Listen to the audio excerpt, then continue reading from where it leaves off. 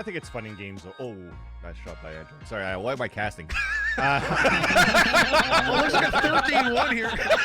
It looks like the logo of like an evil corporation in a 90s movie or something. It does, right? No, it's that, or it's just like some Comic Sans. It's just like, No, I don't think so. But Come on. listen, Guard, Navi, XSET, SMB. I am really high on their players. Period. And You're just really I high. think that they're...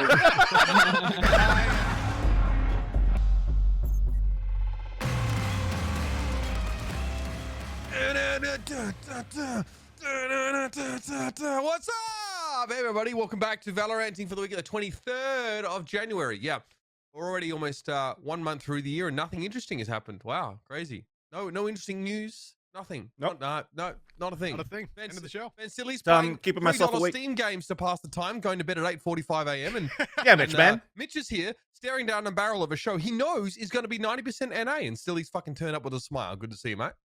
Oh, Good to be here, man. You know, I only had like 2 hours of sleep. I had to have breakfast, so I'm having some cream cheese bagel while we're starting this off. Yeah, I wasn't talking to you, Vance, but good to have you here, man. Mitch, how you going, mate? Yeah, feeling good today. You know, it's gonna be nice in the second half of the show, I'm sure. I kick back a little bit and explore some tier 3, tier 2 regions to start things off as well. It's always nice to see, you know, the regions that are trying to establish themselves and find out what's happening there. Yeah, absolutely. Get a real deep dive at like, the stars of tomorrow, right, Mitch? Yeah. Exactly. Hey, look, sit there, It's gonna fucking spill suck, some Mitch. fucking spaghetti on yourself and enjoy. When Vance, you went to tier bed 2 teams are fucking like we're gonna laugh. Tier 2 teams are gonna represent the 2 spots for fucking NA, right? But then they're gonna own Gambit. And then who's gonna have the last laugh? Me. The one that had 2 hours of sleep. You know who's playing going to own Vampire Gambit? Survivor. Vansilli? The fucking Saudi Arabians, mate. They're True. going to fucking own Gambit. True. And probably all the other teams as well, Everyone. mate. So just- And Us, all of just fucking esports. everyone. And they're just We're gonna all gone. rename everything to small e dash capital S sports. Yeah. Mashallah. There All will right, be so- war if that happens. that's my one Yeah, condition. okay. Oh, boys. All right, let's talk about what we got on the docket for today because as Mitch so eloquently put out, we do want to take a look at a lot of the roster moves that are going on. But more importantly, looking at North America, we haven't had a challenges yet. Obviously, we've had recent news of, you know, some structural changes that improve the playing field slightly, I think.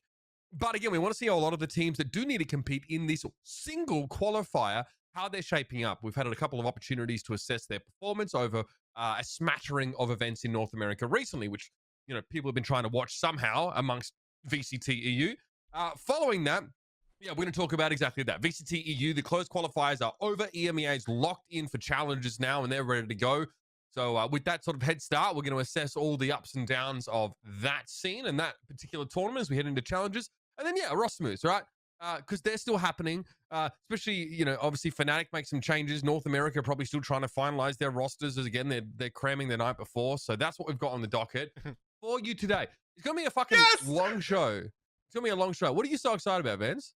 Well, because while we were fucking before we went live, you were bitching at me thinking I couldn't beat like the fucking 2-minute timer or whatever it is. And there you go, going over it. Damn. Nice job. So you yeah. What do you mean? I didn't go over it. I finished right on time. What's the No, fuck no, wrong you were with still no, you literally just tried to No, blend no, it in no, and no, be like, no, fans, no. what are you talking about? Were you laughing? Blah, blah, blah. You just toss it to me while you still had at least 3 more sentences at the end of your intro. No, I was done. How do you fucking know what I was going to say, mate? Bro, I read your mind. Really? Yeah. I don't know, Vince. It's infighting and everything, man. NA's falling to shambles. Jesus. Don't lump me in with these absolute clodhoppers. All right, what am I thinking, Vance? What's on my mind now, you bloody prick?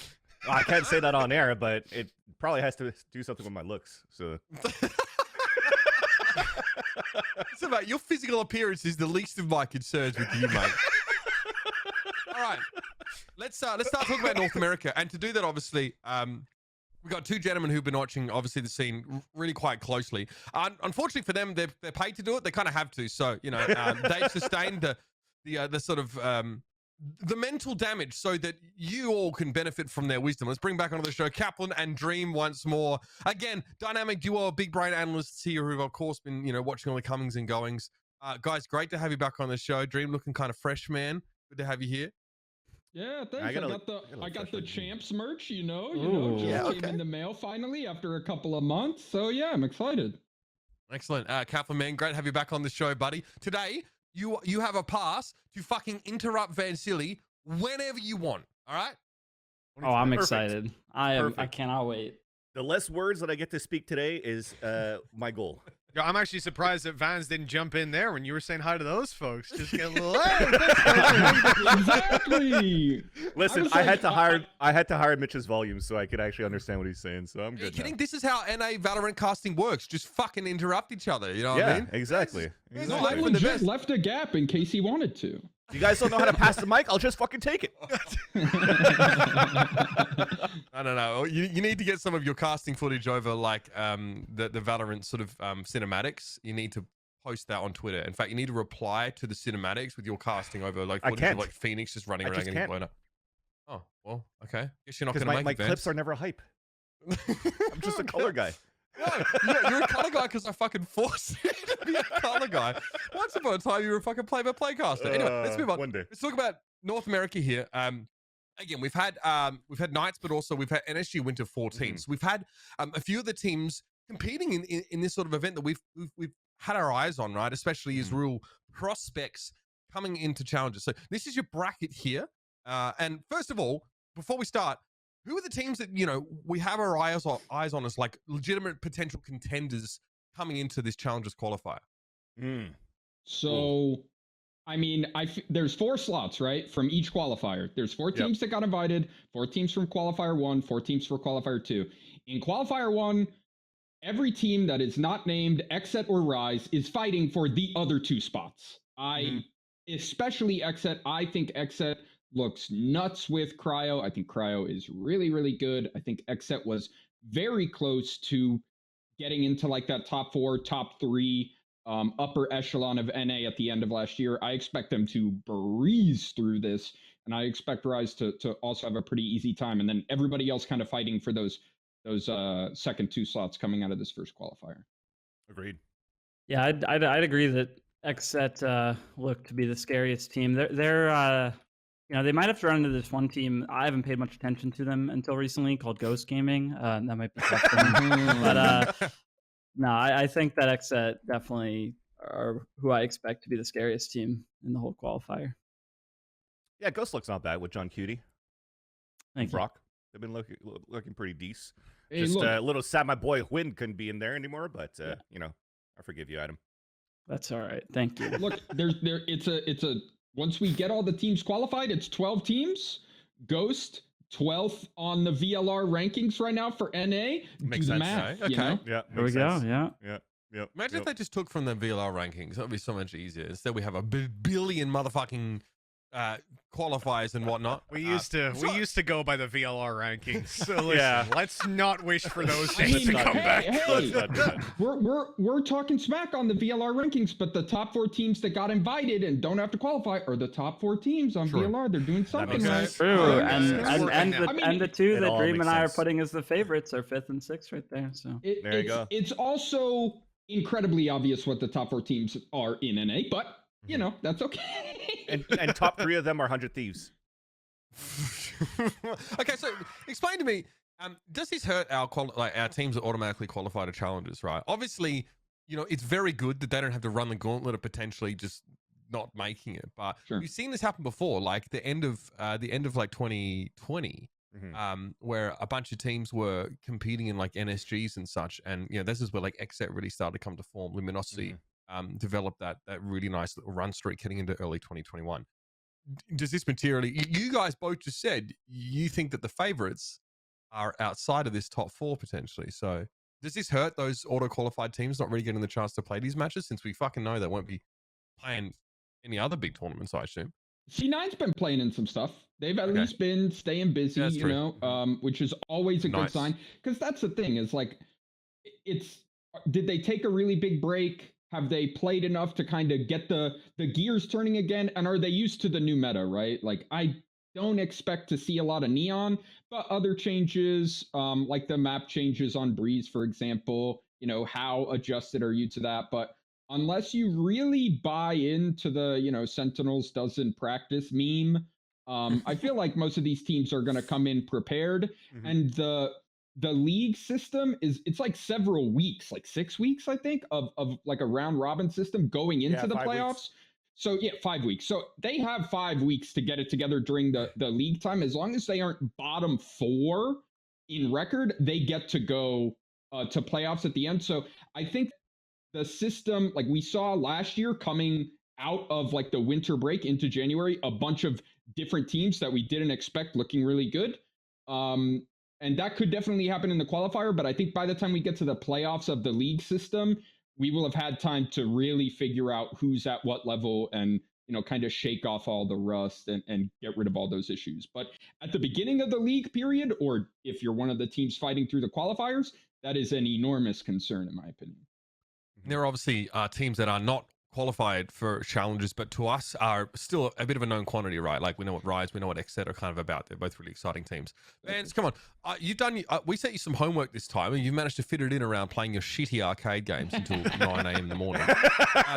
Yeah, so basically I just woke up this morning. I went to my neighbor's house. I was like, hey, can I borrow your homework? I just won't copy everything word for word. And then I'm ready for my presentation. All right. Well, we do have Vansilli giving us a bit of the rundown on the team known as the Guard. Vansilli, why don't you fucking take it away? Yeah, so I think everybody's just talking about in general of teams that could potentially upset or who are going to be the other 2 teams that are going to qualify into top 12. I honestly feel that the Guard is going to be one of them. Jonah P, I've been living under a rock. We talk about Jonah P all the time about being a great solo player, but I think ever since he went over to the Immortals, he played so many different roles for like a Sage, lots of Sky, some KO. Most recently here for the NSG Open, he's been playing a lot of Sky and has been owning lots of multi-frags. And this one actually is probably my star player of the roster, an unknown. I think the meme is like, oh, he's also used to be known as Habib. But now he's playing as Trent. He's signed up to the Guard. He replaced Som, where Som actually had a lot of tenure with all of his winnings and stuff like that with Fortnite. But now Trent has been amazing. I think he's going to be the type of person that's able to support and also clutch. There was so many clutch rounds from Trents in that tournament that I think he's just like an upgraded Hiko right now for the Guard, or for as what 100 Thieves has with Hiko. I know it's not saying much maybe for some people, but it is what it is. And then last but not least is also going to be another star player for me, is Saya Player. I think Saya Player finally has room for redemption. How many times have he played for T1? We're like, we'd love to see Saya Player as an operator. We'd love to see Saya Player on Jet. Why? Because he was known as like a Widowmaker in Overwatch League, if I'm not mistaken, right? So now that he gets to be in his form, we could actually op. He's been getting some great aggressive positions too, playing into a system that MCE currently has for the team so far, and it's been going super well off the back of course, Valen, who's newly IGLing for Complexity, but has great support from this man right here, MCE. MCE, we know that his tenure that he's done with Chaos when he was actually playing with, or coaching with Steel, and Leaf, and Zeppa, and Vanity, and now that he was able to actually create a good mark actually for for Gen.G when he was actually calling for them for a bit. And it seems as though he has free reins to build this roster. Maybe that's the reason why he also brought in Trent. Has a lot of meme tweets when you saw that how the Guard has been doing well during the Open. So I think this is going to be a complete roster that is going to be upsetting a lot of these teams during the Open qualifiers of the VCTs. This is that Jonah P that was on the very ill-fated Complexity yes. project, right? How many different looks did that roster have to try for before Jonah P ended up leaving it? A lot, right? Because I think it was Jonah P. Valley came at some point. I think originally he was with Ohai as well. And then they were just trying to fit into a system that kind of worked. I think Ohai was originally the one that was trying to call for Complexity where it didn't really work. For him, at least in that system, and Valen started like taking up the reins for a bit, and when they both had opportunities to play in different teams. So I think Jonah P, if I'm not mistaken, got bought out by Complexity to play for Immortals. So it wasn't like a contract that ended, right? So a lot of coaches, a lot of scouters saw the potential into Jonah P, which is why like he played and developed within that system with Immortals, with the 2 coaches there, and then now he's picked up by the Guard, probably bought out there too, and he's just fucking owning now. He's so good. He is so good. You have to watch. Like, I know this is like tier 2 shit, but just how much longer though? Exactly. I don't think it's long at all. I know like it's like a small test because they're playing in the grand finals right now against a team known as Third Impact, where maybe not a lot of people know of. But they played against T1, had a great series against T1. T1's still a fairly new team, so it's not necessarily like a big test yet. But I definitely do think that they have what it takes to potentially maybe take a map out of like even XSET earlier on in their career and their development as a team. Yeah, I mean that was the finals of the NSG 14 there. The first map was not particularly close, but a really close second map here. Look, this feels very quick. I remember the guard was announced like maybe like a month ago, and it was like a half baked. We knew like they had Jonah and Valen on the team, maybe, or like Sam or whatever. Yes, they started with Net. I think Net was their first signing. Yeah, then it was kind of like Net, Sam, and Valen were sort of the center three, I think, for a while. Yeah. And as someone who's not really involved in maybe like the upper part of tier 2, who mega lolled this entire roster because it's just like I mean I don't know, especially with like the Cronky group, who I know probably have decent, like they have a lot of money to sort of spin up a team, right? Or at least that's the implication based on their backing.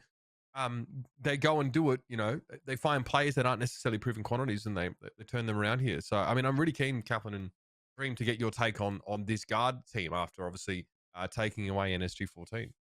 Yeah. Go ahead. I think the growth is impressive. Like how quick they've grown. They were unashamed to just jump into tourneys early on, get that kind of tourney and experience and nerves out of the way with. They attended a LAN together.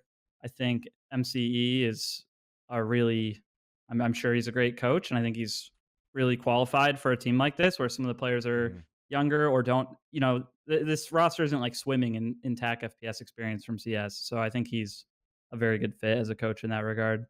I definitely think Jonah P is an insane player, and I'm sure more than one team wanted him. And I think Valen's really, really good. I think losing Sam doesn't hurt too much. Losing that tenure doesn't hurt too much when you have a really good IGL already.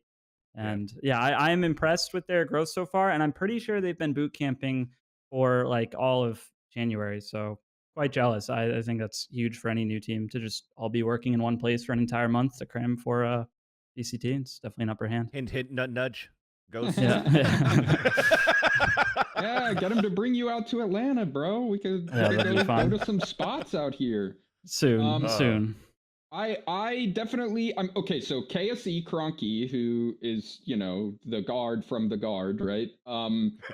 They not only do they have a lot of resources, they are putting them into this team. They are spending money on this team. That's not a theoretical thing. That's happening. They really want this to go somewhere. And what was very confusing to me early on is the fact that they signed Song.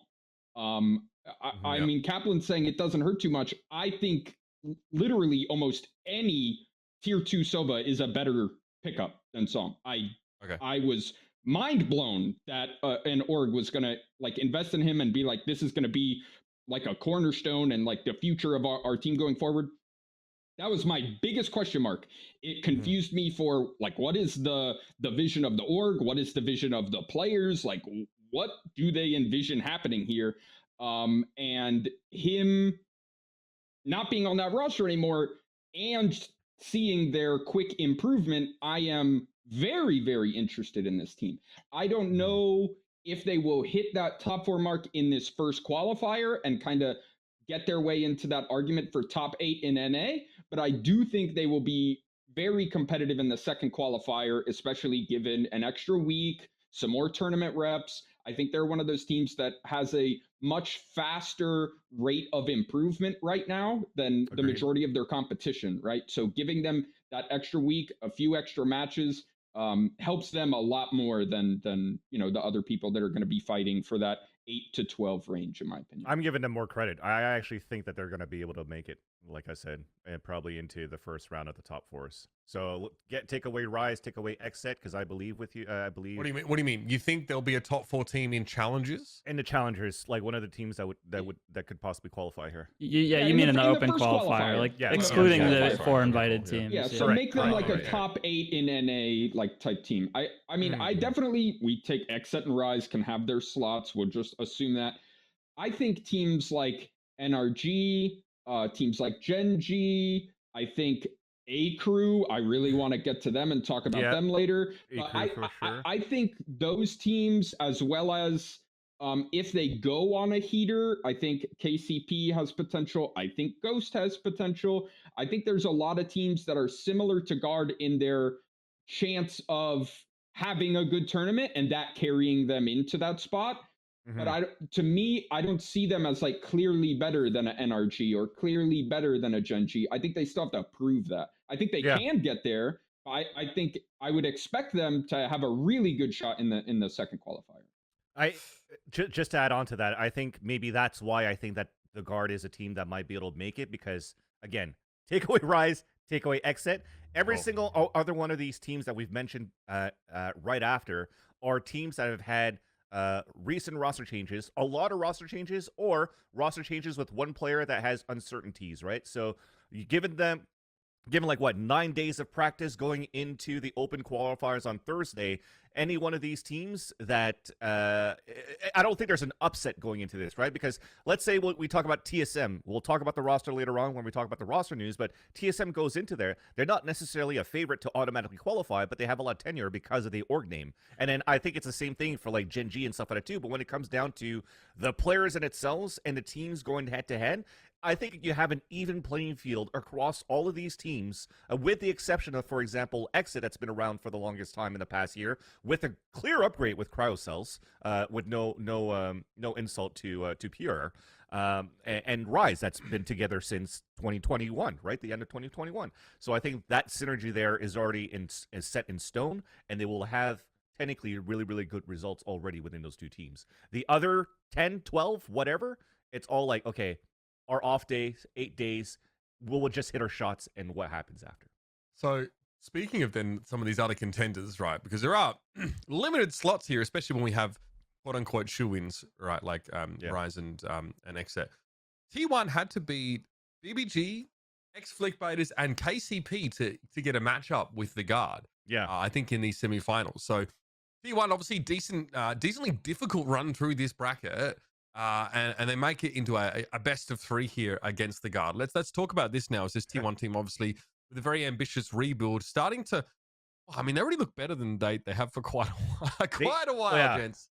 They didn't look so good when they started, though, because they fucking lost round 1 against Zero Marksman Academy team. Yeah, they're good, though. Oh, wait, Academy? Yeah. There's like 5 Zero Marksman teams or something, man. There's like blue, black, white, gold, I don't know, magenta. And they played silver, I think, at this point. Yeah. So it was a rough start. It was a rough start, but I think after that, yes, definitely. After battling back from like the GSL format of the lowers and going through, they've definitely been looking very, very good. I mean, they've already beat BBG in a beautiful series in the best out of 3 in the rounds of 32. And by beating BBG, technically with BBG beating Sentinels, then T1 technically should be winning champions now. Nice. Makes perfect sense. Can I just reality check and say that beating BBG is like literally not an accomplishment at all and literally doesn't matter? I agree. Like, especially, like, it's T1, okay? I'm not trying to, like, talk smack on BBG. It is T1. That is, like, one of the biggest esports organizations in the world. Like, that shouldn't even be, like, brownie points. That should be you either do it and that's totally expected, or you don't do it and that's really fucking bad. There's, like... I don't know. I think that T1, that roster has a lot of potential. I think that they are a decent distance from realizing that potential, though. Yeah. But don't forget, Dream, you know, Uber said they beat BBG and X-Flickbaiters. Oh, so, KCP. And KCP. That is true. Yeah. KCP, I think, is more relevant. I think KCP is a team that can fight for that, 10 to 12 range in the second qualifier. So being able to be competitive with a team like that, I think does matter, right? But BBG, I'm not there. I mean, I kind of like BBG with how Will could play. It's a fucking meme, you wet blanket. It's a meme. It's the fucking BBG, like the best team meme. Why are we? Yeah. It's great. I'm propagating this for as long as I can. Okay. I think the iteration of BBG right now is actually not so bad. So they don't suck. And Kaplan, your response? No comment. So let's talk I about. expected T1 to get that far. I'll say that. Yeah. Okay. How is? I mean, I'm really asking you to assess the performance of someone who's stuck on Astra for the whole series. So fucking brace yourselves. But how is Pony looking? Assimilating into this roster. They're getting good use out of him here. Is T1 trending in the direction we want to see them? I think that's maybe the broader conversation about this team. I think it's interesting that like Steel opt in CS plenty and he can play Sentinel and he's on the chamber, but they have 2 Jet players and if you look at their match comps, they're only playing Jet or chamber. They don't run the 2 of them together in any map. I think they're pretty strong together, and I think when you look at T1's roster, they're actually well equipped to explore that. So just my own bias, but I was a little struck that they weren't doing that. Pony, I think, getting thrown right into Astra on that team, I think he looks pretty good for how quick of a adjustment he's probably trying to make. Yeah. Yeah, I really agree. I'm not gonna lie, when I heard about Pony being the 5th for this roster, I was like, I didn't really get the move. I was like, I thought that they were really gonna try and push, and I feel like I was wrong. I was wrong. I've actually, like, again, I had low expectations, but looking at it, I think those were unfair expectations. I really, like, obviously he's it's a recent change. He's not like doing anything world shattering, but I really feel wrong for internally. I mean, it's not like I was like running around being like Pony is the worst player, but I was just confused by the move, and I feel like my brain was lagging or something. This move makes sense. I think that T1 is probably still needs a little bit of ironing out. I think they still look amazing. But I think the reason why they're not running a Jet and a chamber at the same time is because all of these maps where Steel is not playing chamber and not opping has to be maps where exactly. So so my assumption right now is you're looking at this full roster. None of these up and comers or newer players could actually play a Sova with the exception of Steel. And you can't really put Thwyfo on that because Thwyfo has been an amazing Viper and an amazing Sentinel player right now. I think he's been coming out probably the most clutch for T1 so far. But my biggest question mark actually looking at the rest of the threes, for example, 7 Pony and Curry, right? So Pony has been playing Jet nonstop before joining T1, but you're giving that role still to 7. But 7 was also one of those young fraggers that was supposed to be, the Jet support or the Jet entry and have Asuna support in 200 Thieves, which never happened. And then the other question mark is like, shouldn't we put someone like Curry, who has that IGL experience previously, onto an agent like a Smoke, so they could actually, he already understands a little bit more of the rotations and whatnot. He was doing that. Sorry. He was doing that though. I mean, he was playing a bunch of Viper, I think, when he. Yeah, that's it. So then why don't you stick into a controller player so you could have Pony play that flex agent, right? So Pony play that second duelist, the second duelist / flex agent that's going to be a KO or a Sky that could support for 7. It adds potentially more firepower to the whole roster in itself. But you're looking back at the games for NSG. Yes, it was shaky on that first. I'm joking around with 0 marksman silver, but after that, following that loss, every single one of those players kind of like looked pretty good actually in their games. I think getting comfortable in their roles, that's it's all new. They could definitely make an impact in the longer run. Yeah, agreed. I originally when they shifted Curry, I was also like really confused about that because I felt like he was, I don't know, a top 2, top 3 Viper player in NA. And I felt that he like played that role really, really well and just got insane value for the team. And I was like, why are you giving that up? But having him play that, sort of second duelist initiator sort of flex role and have him be more involved with like being with the majority group of the team or being more of like a playmaker, I feel like is paying off and is getting lots of value. I definitely think it is a trade-off. They are still losing a lot of the value that he could get elsewhere, but I don't think it's a situation where he's just like, I don't know, performing lower than he would on Viper. I really like that stuff. I really like watching him play on Icebox as well on the Reyna. I don't know. I have been, again, I felt like I misjudged the move. I was very confused. Sure. And then looking back, I was like, I was just dead wrong. Like this move makes total sense, right? Yeah. We touch on third impact then quickly as we round out our discussion about this particular event, because I recognize one name. Obviously, it's someone who watched early Valorant. I remember the timing roster, right? With Grego, Ninja, and Morgos on it. But so I recognize this name, but that's about it as far as this team goes. Third Impact, in Overwatch, I know they created some nice renditions of contenders rosters, right? So this org is able to really take players at this tier and shape them into pretty strong teams. What are our thoughts here? This is their matchup against Illusion, who they beat in a best of 3 to make it, I think, into the final. If I could start, I think Third Impact for this event in itself was like kind of like a core 3 player of Evil, Zerg, and Morg, right? And I think Nerve and Icy kind of like just hopped in last minute, and then they just had such a deep run. So I think it's great to see that they were able to make it into a grand final. So you're looking at one bracket on one side to the other. Technically, you should have had like T1 on one side and then the guard on the other side to all meet up. But still looking at Third Impact's run, they still had to beat teams like Dark Zero Esports, Cloud9 Academy, and Illusion, which, of course, is another team that's like, oh, well, who's really Illusion, right, at this point, to make it to the grand finals. But for any team to make it to the grand finals is already like a positive thing. Although the grand finals in itself against the guard wasn't that competitive, if I have to be honest with you.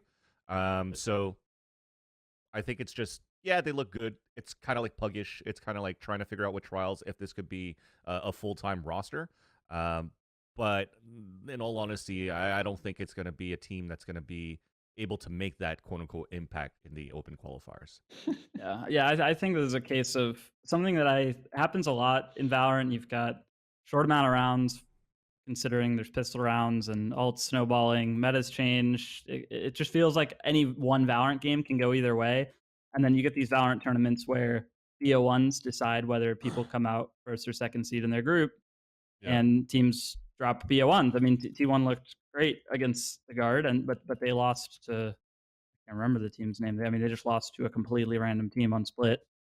And what you get is these really weird looking brackets, and the top half of that Nerd Street Open bracket is terrible. And the grand final was the semifinal game, and respect to all the Third Impact players. Like they're grinding, and I'm sure they're good players. But I don't think that bracket has any scary team in it. That's fine. I think there. I mean, you make a great point, right? Looking at this, right? One side you have like the guard and KCP, T1 all in there, and then you're looking at C9 Academy, Third Impact, Dark Zero, Illusion. So 0 marks with silver. There you go, Vans. There you go. 0 marks with silver. One of the legion of players. T1 beat BBG. BBG beat Sentinels. Therefore, 0 marksman silver could potentially win champions. I like this. To assume Sentinels could potentially win champions is a bold assumption. Mitch's function in this segment is to just stop anybody from going as far as saying, that NA will have success on an international stage. My life mission. He's the lifeguard on the slippery slope argument that is the transitive property, right? The tier 1 representative here, it's. I think you look great in Speedo. Best region. Thank you. Right. You're wrong, but thank you. So let's move on. Let's talk about the Night's Valorampage as well, which was another event. I think $30,000 prize pool here. Again, this one featured some huge names. I mean, Ghost Gaming's there, guys. Fucking alongside Cloud9, NRG. Come on.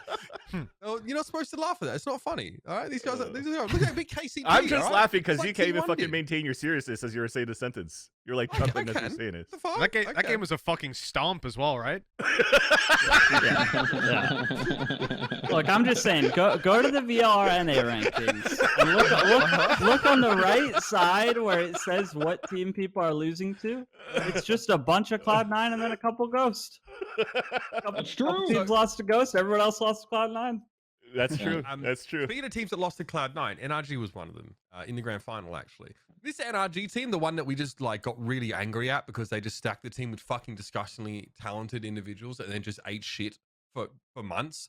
Obviously, I think Hazed is the most recent addition to this sort of roster here. Finally getting to play with his mate Som, must be over the moon about it. But I mean, the icebox was not close here. Again, as Kaplan sort of pointed out, with MR12 and pistols involved, things can go this way when you lose both pistols. But a tough start for NRG in this final.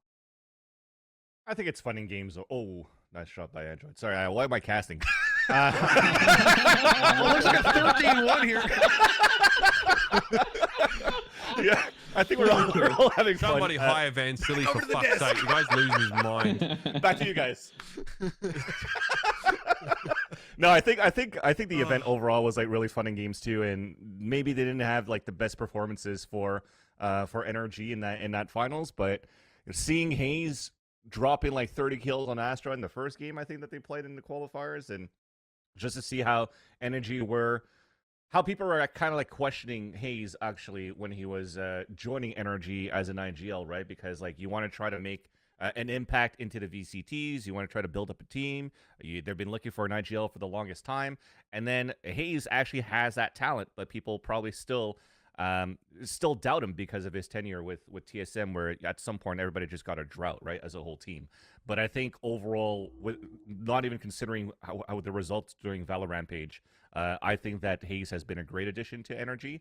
And you know, you as you said, he gets to play with his buddy Som, so I think overall the mentality of the team is actually still pretty positive going into this one too.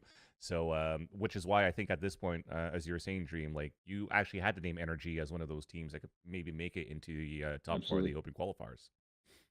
Yeah, no, 100%. I think NRG is one of the teams that I expect to be fighting for those slots that don't go to XSET and Rise in this qualifier. I'm really excited about this roster. I think FaZe is a great addition. And I am just hoping that this is not another time that NRG makes a roster move and then we all get disappointed. Yeah. That just has happened for like the entirety of NRG's existence in Valorant. And I feel like maybe they finally turned the page and have changed enough things, got enough of a mix-up where they can kind of shake off some of the bad juju and make a good run. But I'm pretty excited about this team and to see how they do. But I'm pretty optimistic, I would say. Can I be real with you guys? Like, just for one sec, while we have this up, why is the NRG logo fucking worse than the UI that they've just typed in NRG and whatever like Valorant Champions font they have? Like, it just amazes me. You see, they used to have like they went to some like retro looking NRG with like a world, like a globe behind it, fucking weird ass looking thing. Yeah. Like some like some fucking shitty TV news network in the 70s, and I guess they've eliminated it looks like the logo of like an evil corporation in a 90s movie or something. It does, right? No, it's that, or it's just like some Comic Sans. It's worldwide. Just like pick the drop down menu and that one. It's just pay me 30 grand for your logo. That's what I'm always wondering, man. How much? I mean, no, like, look, Hellraisers. I'm sure we've all seen it. The fucking eyebrows. I don't know how much they paid for two rectangles slightly tilted, but I bet it was a lot of money. I bet it represents. It has a feng shui to it. It's all bullshit. You just paid some guy so much money to draw little lines. But I thought it was funny. You're talking about iterations of NRG rosters disappointing you. I don't really watch NA that much. Definitely don't see many NRG games. And I'll tell you what, from the sidelines, it's just been an iteration of shitty logos from them. Yeah. Go back 10 years. Bad logos and a team that chronically underperforms, like the caliber of like individuals on the roster. You know, the look with like Tex and Som and Android, everyone's like, this is fucking disgusting. That's why we're hoping at this time it's finally the key, right? FaZe is like the key, and then the door's gonna open, and then boom, they're gonna win champions. You know, I was picking on like T1 for not running doubling down on the chamber and jet, but NRG, like a bunch of stacked individual firepower, and Android's insane. Yes. And I think there's some teams, I think Chamber's super strong. There's some teams with like good Cypher Killjoy players, but you don't want them, like, they're not going to blow your mind with the Sheriff, the Chamber Sheriff and the AWP and like making crazy plays. Android's been kind of playing like some Viper, some lurk stuff for them. I think he's the kind of player where like their roster's set up where they just have extra duelists. So having Chamber in the meta is really good for them. I think Android's Chamber looks pretty monstrous, and they're like, you know, a good looking roster to pick up the agent. Yeah. What are the takeaways about Cloud9 from this series then? As a team who is they memed this entire tournament. There are zero takeaways. Yeah. They literally memed the whole tournament. They had Mitch playing Reyna for literally like half the maps, bro. And fucking owning. He was just running it down and shitting on everyone. So maybe the takeaway is be afraid of Mitch Chamber. But Yeah, I mean, we didn't get to see. he was a ton nasty of jet it. op, right? And then he Yeah. played Sentinel, and here we have a Sentinel opper. It's a good, Like- good meta for Yeah, Mitch as well. was He even playing- played was- like Killjoy yeah, op. they He had, like, played Vanity on Sage op. Jet. Yeah, it was Yeah. wild.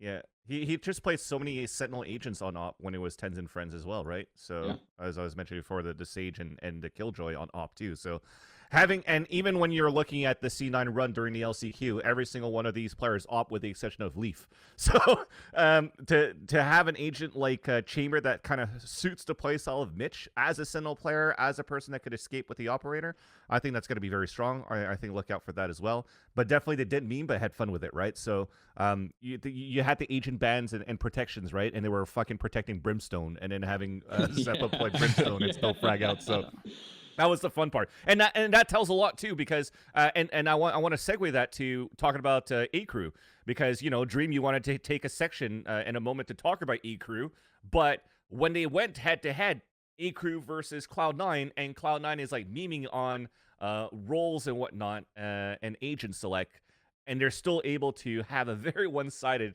result versus A-Crew. I know that if C9's not taking it seriously, I'm sure A-Crew wasn't taking it that seriously either, but you could definitely tell that when it comes down to like these 1v1 duels, right? Just mechanically speaking, between these duels, C9 had the upper hand out of every single one of these battles, which is why, like, yes, it's nice that A-Crew has like I'm still gonna call it with a star, a 30 winning streak, because I'm not counting the Valorampage results into their losses, so they're still undefeated for me so far going to VCTs. But it also shows to me that with these 1v1 battles that they were losing, that potentially they might not have that full the results that we actually want to see them make it into potentially those teams into that mini season in February. Bro, just because they can't beat the best team in the Western Hemisphere doesn't mean they can't make top 8 in NA. Hello? Well, I feel like I'm taking crazy pills here. Why is the standard of getting 8th place in NA beating 1st place in NA? I don't know, man. I don't know. Okay, well, let's say they still qualify, right? And they qualified as the 8th team in total to a 12th team. So you're going into a 5-week season with the C9s, the 100 Thieves, the Envy, the Sentinels. Can A-Crew actually hang with these teams? XSET and Rise, for example, right? No. They can't hang with. They can't hang with like the top 5, like top 6 right now. I just don't think, like, you're talking about individual firepower, right? I think those teams just have way too much of that, right? And it's really hard to overcome.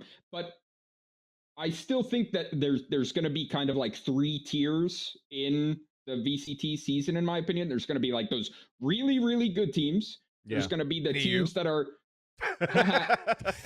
there's going to be teams fighting in that middle of the pack for those last like 3 slots, right? Like 6, 7, 8. There's going to be a little fighting over that. And then there's going to be teams at the bottom that just are not really competitive. They're going to just only beat each other. I think A-Crew looks like one of those teams, right? But agreed. They can still get in and get those reps, play in the league, all that stuff, right? I really no think chance that, to rep NA.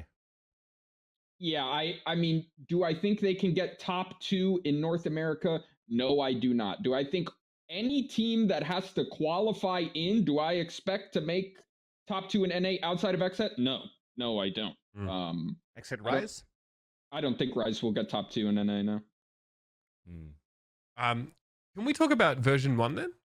They I think they play up against C9 in the round of 16 here, and they fall out there. So I don't know how much info we really have about this team, but considering where this team has been, or the heights that they have reached sort of prior, and to be fair, like we accept the fact that C9 might be memeing around a little bit, but what can we glean from this V1 roster? Xander is insane. Exactly, I was about to say that's pretty much it. This guy went crazy against Clickbaiters. They won their first game 13-5. I'm looking at it right here, and they won the next one 14-12 with his Astra dropping 200 ADR and a 30 bomb. So I was impressed with his performance there. They're a good-looking team. Especially as an IGL, I think it's something that V1 was also needing, right? Ever since they lost Vanity. So I think if Xander is able to drop those numbers as Astra and able to IGL for the team too, I think it shoes in quite well to what Vanity left behind as shoes to fill. So it's a good shoe-in, and I think you're looking at the rest of the roster. We can't take anything away from the other 4 players, right? We've seen their potential. We've seen the clutch potential at FEs on the bigger stages when it matters. Whippy, of course, has had some great showings with V1. Penny's like here and there, but I think overall it's still going to be a pretty decent roster. But it's one of those mid-pack that I was saying before, where if they lose to TSM, I'm not surprised. If they win against T1, I'm not surprised. You know, it's like that even playing field. Yeah, I don't really expect them to, make it out in this qualifier. I definitely think they have a good shot at the next one, but being a top 8 team in NA, I think it really just depends on their form on the day. I do agree Xander is like a really important pickup for this team, and I'm excited to see them play with this roster in VCT. My biggest question mark for this roster is always just which Penny is going to show up. If the good Penny shows up, then they absolutely can make it out of this qualifier. But he would have to show up consistently over the, the entire 4-day event. Well, at least the last couple days. Maybe he doesn't have to play that well the first couple. But I mean, that's really it. I think they have a solid core, but even with the new meta allowing Chamber to come in and maybe take a little pressure off of always having to have a Jet as your playmaker, you still need a really good playmaking Jet. And to compete with, XSET and Rise and be at that considered near that tier, I don't think Penny consistently shows the level of performance that like a Shanks or a Cryo shows. So I think if even Neon. I kind of like Neon. Sorry, not the agent, but Neon, the player, as Jet for A Crew. Yeah, exactly. So I think that Penny's ceiling is just as high as all of those players' ceilings. The problem is he's just less consistent at hitting it. So it really is going to come down to form and to comfort level, in my opinion. So we know now, obviously, we've already touched on it a little bit throughout this segment that there's some changes to the NA qualification system for challenges. Yep. This is also obviously a more recent update. So obviously 2 open qualifiers, each having 4 spots up for grabs with a 128 team bracket. First of all, is that enough? No. No, it's not. No? No. Okay. So we might get a similar situation we saw in Europe. Seeding's determined by 2021 circuit points, but so many rosters have changed so much. I wonder, does TSM get credit for that? I'm trying to think about how different. No, I guess they don't, right? No. Okay. So single elimination through the first 2 rounds, and then round of 32 onwards are double elim. Correct. Round of 32, double elim. Yeah. Hang on. Okay. And again, so teams that get 5th and 6th get seeded into the second one, so they get another crack, I guess, or a better seeding at least for the second open qualifier. And Neon will be enabled. So let's wrap all this then in a bit of a bow. Is this enough of a change? Obviously, things were pretty dire, right? We were like, NA is giga fucked. Like, this is super bad. Where are we at now? Let's take this in hand, of course, with the fact that we also have 4 teams auto-qualifying. Well, way better than what it was originally fucking proposed. I think it's excellent.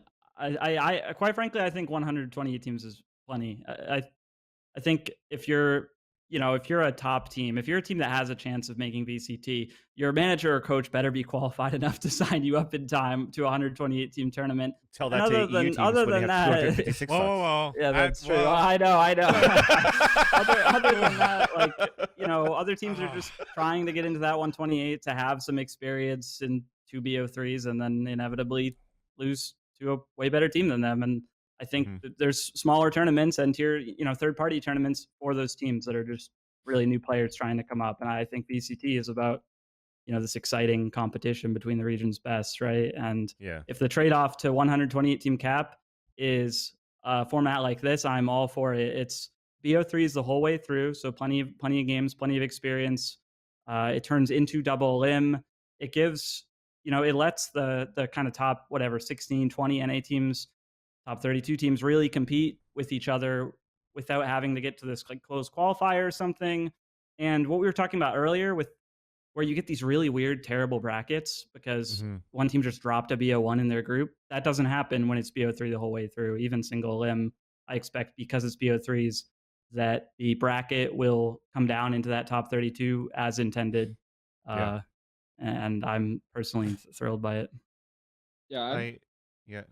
Go ahead, Oh, James. Sorry. I was just gonna say that I definitely, I personally would rather see 256 just because I think that it doesn't really impact the teams towards the top, but it does a lot to get more teams involved and to help grow the scene and help with like the grassroots elements of things, which I think is an important part of this. I think it's a lot harder for teams that are just getting started or like lower tier teams to get into all the tournaments all the time. Like a lot of these NSGs are filling up literally instantly and stuff like that. So I think there's benefit there, but I don't think it's the end of the world. And I agree if the trade-off is it's got to be a little smaller for us to fix other things about the format, I'm all for it. I think we could have our cake and eat it too if we really wanted to, but I don't think it's the end of the world. And while this isn't a perfect format, it's got to be the best qualifying format we've had in NA. Like, Well, we have double elim from round of 32 onwards. Normally, it's like round of 16 that yeah, you know, we get double elim. and BO3s all the way through. So yeah, I think this has got to be clearly better than any other qualification process that we have had in North America. Like easily. Yeah, I agree. Because when you're looking at the format in itself right now too, is like, okay, we just scroll through a bunch of these teams in 128. Technically, you know, you can't really go through VLR because of all the roster changes. Like, for example, should TSM be higher than Ghost? Should KCP be lower than A-Crew?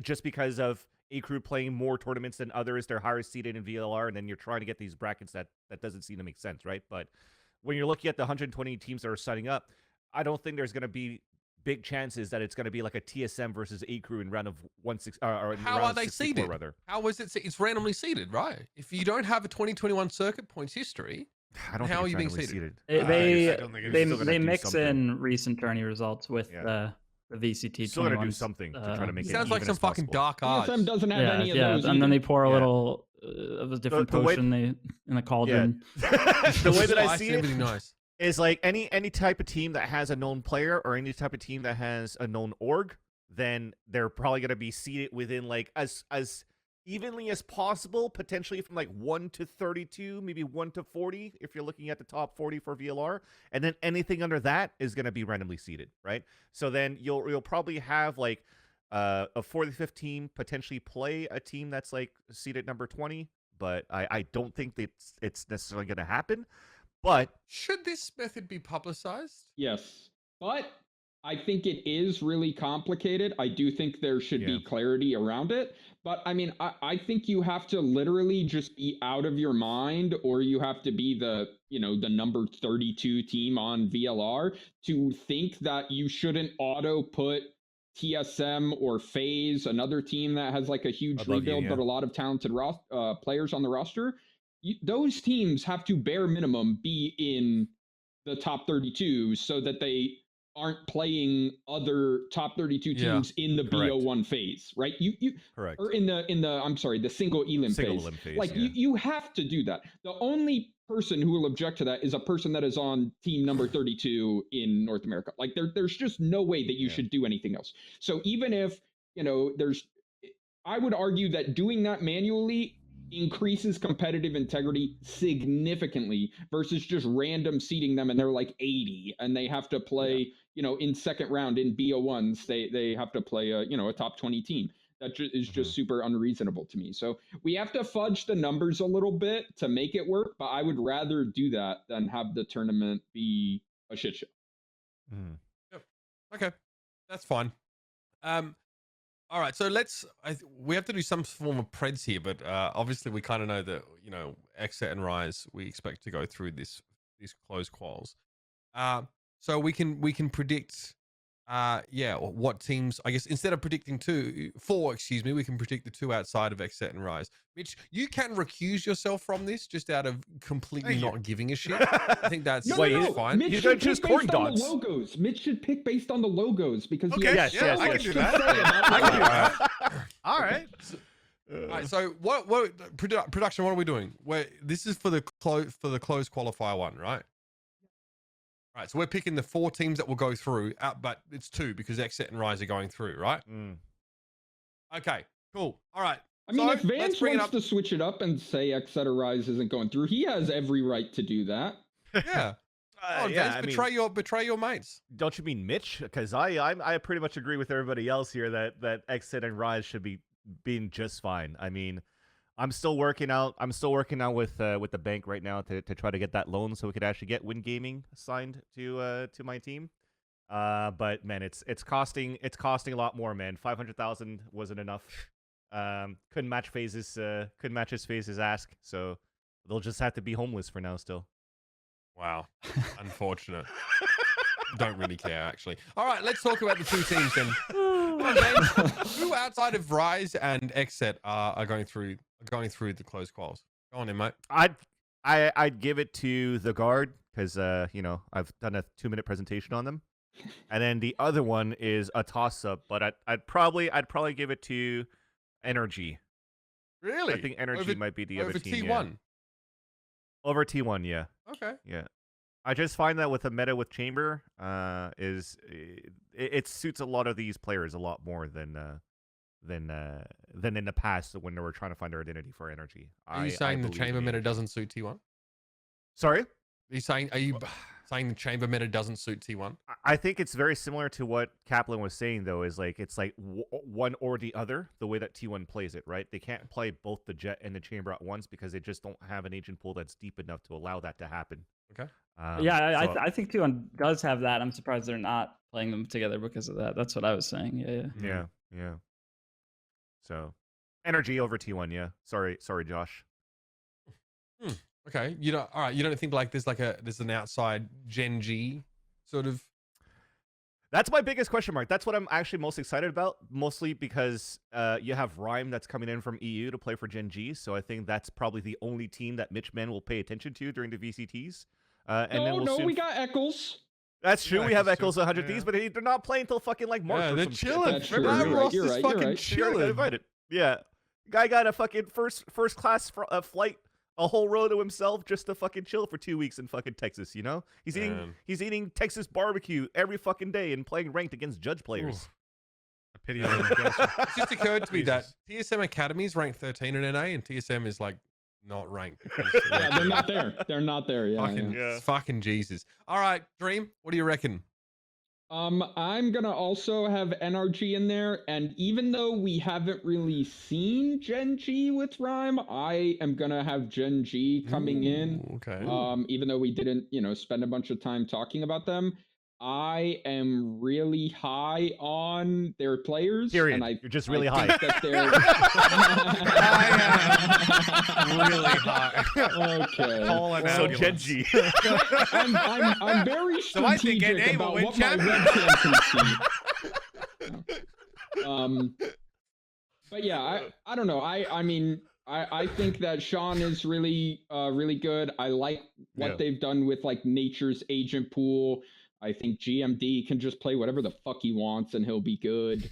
I just really like Rhyme coming into this team, and it's one of those teams actually really similar to NRG where there's been a bunch of changes, like a little change one at a time, but when you look at how many changes have happened over the last year, it's a shitload, honestly. Yeah. And it felt like very few of the iterations of both Gen.G and NRG, they had like a clear vision of like, what kind of team are we? Who are we playing through? What kind of style do we clearly want to have? Felt like they had a really hard time nailing that down. I think NRG is getting there, and I expect Rhyme to help Gen.G get there.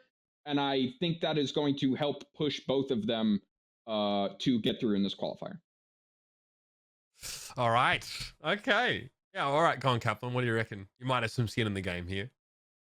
Yeah, I do. I'll definitely, I'll give it to XSET and Rise, although I'm curious how Rise will look. I definitely am more on XSET than them. I think Gen.G could be really good. I think Gen.G, from everything Dream said, I agree. They have a good shot. I would say XSET, Rise, Gen.G, and then a biased Ghost. But if I wasn't allowed to vote for my own team there for a prediction, I would probably. I thought you were hesitating for another reason to be like, there's other teams, but I'm contractually obligated to say Ghost. No. I'm confident in this. I think we can be the dark horse here, the underdog. But if I couldn't pick them, I think ourselves, I think NRG or TSM would have a good shot at fourth as well. That's what I want to get. That's what I want to talk about. No one's saying sort of TSM. Obviously, we haven't seen him fucking play at all. Listen, I've copiumed TSM for a whole fucking year. I can't do it anymore. Yeah, that's exactly how I feel. It's like I have just been let down too many times until I see them play at least. Yeah. It's hard, bro. It's giving me like old FPX vibes where it's like I just expect to get let down at this point. So until you prove to me I'm not going to be let down, which FPX did. They qualified to EMEA. Okay, we take Shout out to Doom Bros in the chat. Sure. So that has been, out to pasture. No longer doubting FPX that way. Can TSM do that same thing? I would love to see it, but they got to do it. I think Wardell is capable of anything. I think he can just steal BO3s and get all those. I heard that Wardell beat BBG with one hand time behind his back. That's what I heard. Yeah, that team's terrible. Okay, anyways. No, Wardell's been playing a ton of Chamber and Ranked and like on his stream and stuff. So there's a couple NA teams that are doing this where they're having their Jet player play like the Chamber when they play Chamber. Instead of having both. Shift like everyone over one slot. So like their Initiator player plays like a Raze or something, like a different duelist, stuff like that. I think TSM could definitely do that with Subrosa if they wanted to, right? Like have Subrosa play like a Raze or something on like a map like so everybody could just say like -8 in chat when he ults? Yeah, but then allow Wardell to do stuff on the Chamber as well. So they could definitely come out with some interesting looks that are hard for teams to deal with, right? So there's a lot of potential there. But again, it's a very new roster, and the old roster had a history of letdowns. So until I see that, it's really hard for me to be like, yes, they're going to get top 4 in this event. Yeah. So, to keep on to that topic, though, question for you guys, too, as you're more ingrained in the trenches in the scene. But when I'm looking at this roster initially, and we'll talk about the roster, of course, a little bit later when it gets announced, but I feel that TSM, before all these changes, had the issues of, like, everybody's pretty much a duelist, right? And you're trying to fit them into certain roles that didn't seem to like fit too well into their system.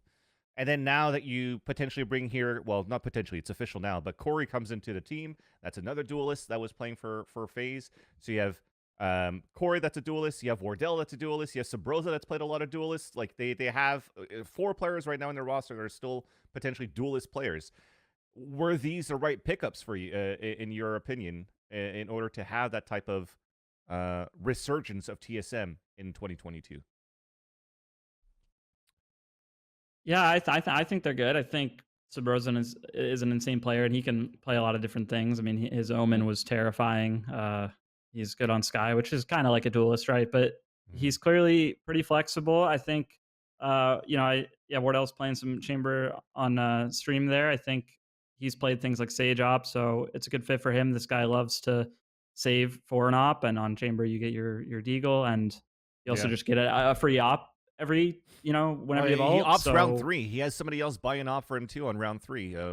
Most recently when TSM were playing as well, right? So yeah, exactly. And Chamber gets another free op, and I think he's maybe the scariest opper in NA. So I think that's pretty terrifying. And I think Corey's a great player. I don't know what he would play, but I've seen maybe this is just kind of a cop-out generalization, but I feel like Overwatch players have proven to be really quite flexible in picking up new agents. I think, I don't know, I mean, Dream, you'd have more comments on that, but I think Overwatch players obviously should have some skill set of learning new agents quicker, presumably, than players coming over from CS. I think, he can probably get pretty I mean, flexible as well. FaZe definitely did, mix things. I mean, I think Zachary is the first player that comes to mind for me, is obviously switching over to that initiator role after being sat on Sentinels for so long. Yeah, I don't know yeah, what and you then think about that, Dream. Corey's played some Breach too, which certainly isn't a duelist. You really can't make your own plays on Breach. So Yeah, I think when you talk about Overwatch players as like a trend and their move over to Valorant, I think there's a lot of conversations to have there. I think Corey is just his own thing though. Like that guy is fucking nuts. Yeah, for sure. I feel like he's just in his own league a little bit, and he has played that secondary duelist. I mean, that's kind of what he was doing on FaZe, right? He was never the Jet, that was Baby Bay. He was always that second duelist or that second initiator, right? Playing the Breach, playing Raze, playing Phoenix, stuff like this. So I think that if they want to go, Wardell at the primary duelist, Corey at the secondary duelist, and then have Sub Rosa go back to Smokes in their little announcement video. They have him on Astro, whatever. I don't know if it's worth reading into that at all, but if they wanted to do a structure like that, I think it could really make a lot of sense. I think in general, Corey is just really, really good. And as long as you have a general direction for the team and like an identity for the team, the level of firepower that Corey has, if he fits into that vision at all, you just want him on the team. It's hard to argue as long as they can finally nail down, like, we really know how we want to do this. As soon as the op got nerfed and they couldn't just let Wardell work picks on T-side op, like walk peeking into sites and shitting on people, they had a really hard time finding their identity after that. So I think if they do have that coming in, again, I think they have a really good chance. But that's the hard thing with all these rebuilds. These teams got to come in and know who the fuck they are with a new ass roster without a lot of time, and that's really difficult. But if they are even like 3/4 of the way there, they're going to be a really scary team. Yeah, I think one more thing as well in Corey is because when we were mentioning, or you were mentioning here, Dream, that he's played a bit of initiator at the end of FaZe. He's tried some Sky. I don't think that his Sky was like that great, but I think it's also because it didn't really fit the play style of how FaZe wanted to play too, right? I think you're still trying to support a Sky into a very aggressive op as Baby Bay. I know Wardell's still aggressive opper, but he's not going to be the type of person that's like going to try to get a flash and dash into something. He's just really going to play more meticulously off the walk peak, off angles kind of type of picks, where potentially now the Sky play from Corey with a flash to allow other people to get in, while Wardell is probably behind with a chamber picking off people, or being an entry as a chamber could potentially work, right? Because the timing off the Sky flash and the people peeking out is going to be a little bit better timed, so it might fit into the style that TSM's currently looking for. So with KO being like more coming KO into the meta a lot more, I really think Corey has potential. I don't know how much time he's put into KO. I can't speak to that at all, but that's another character where it's like, that's kind of riding the line between initiator and duelist, and you can help your team out, but you can make your own plays too. All right, Mitch. Two teams we gave you all that time to look at logos, man. Buckle in. All right. Look, I'm not a lunatic, so I'm not going to come into someone else's house and start rearranging shit. So XSET Rise, they're going through. Rise, I'm going to say purely because y'all are going with them.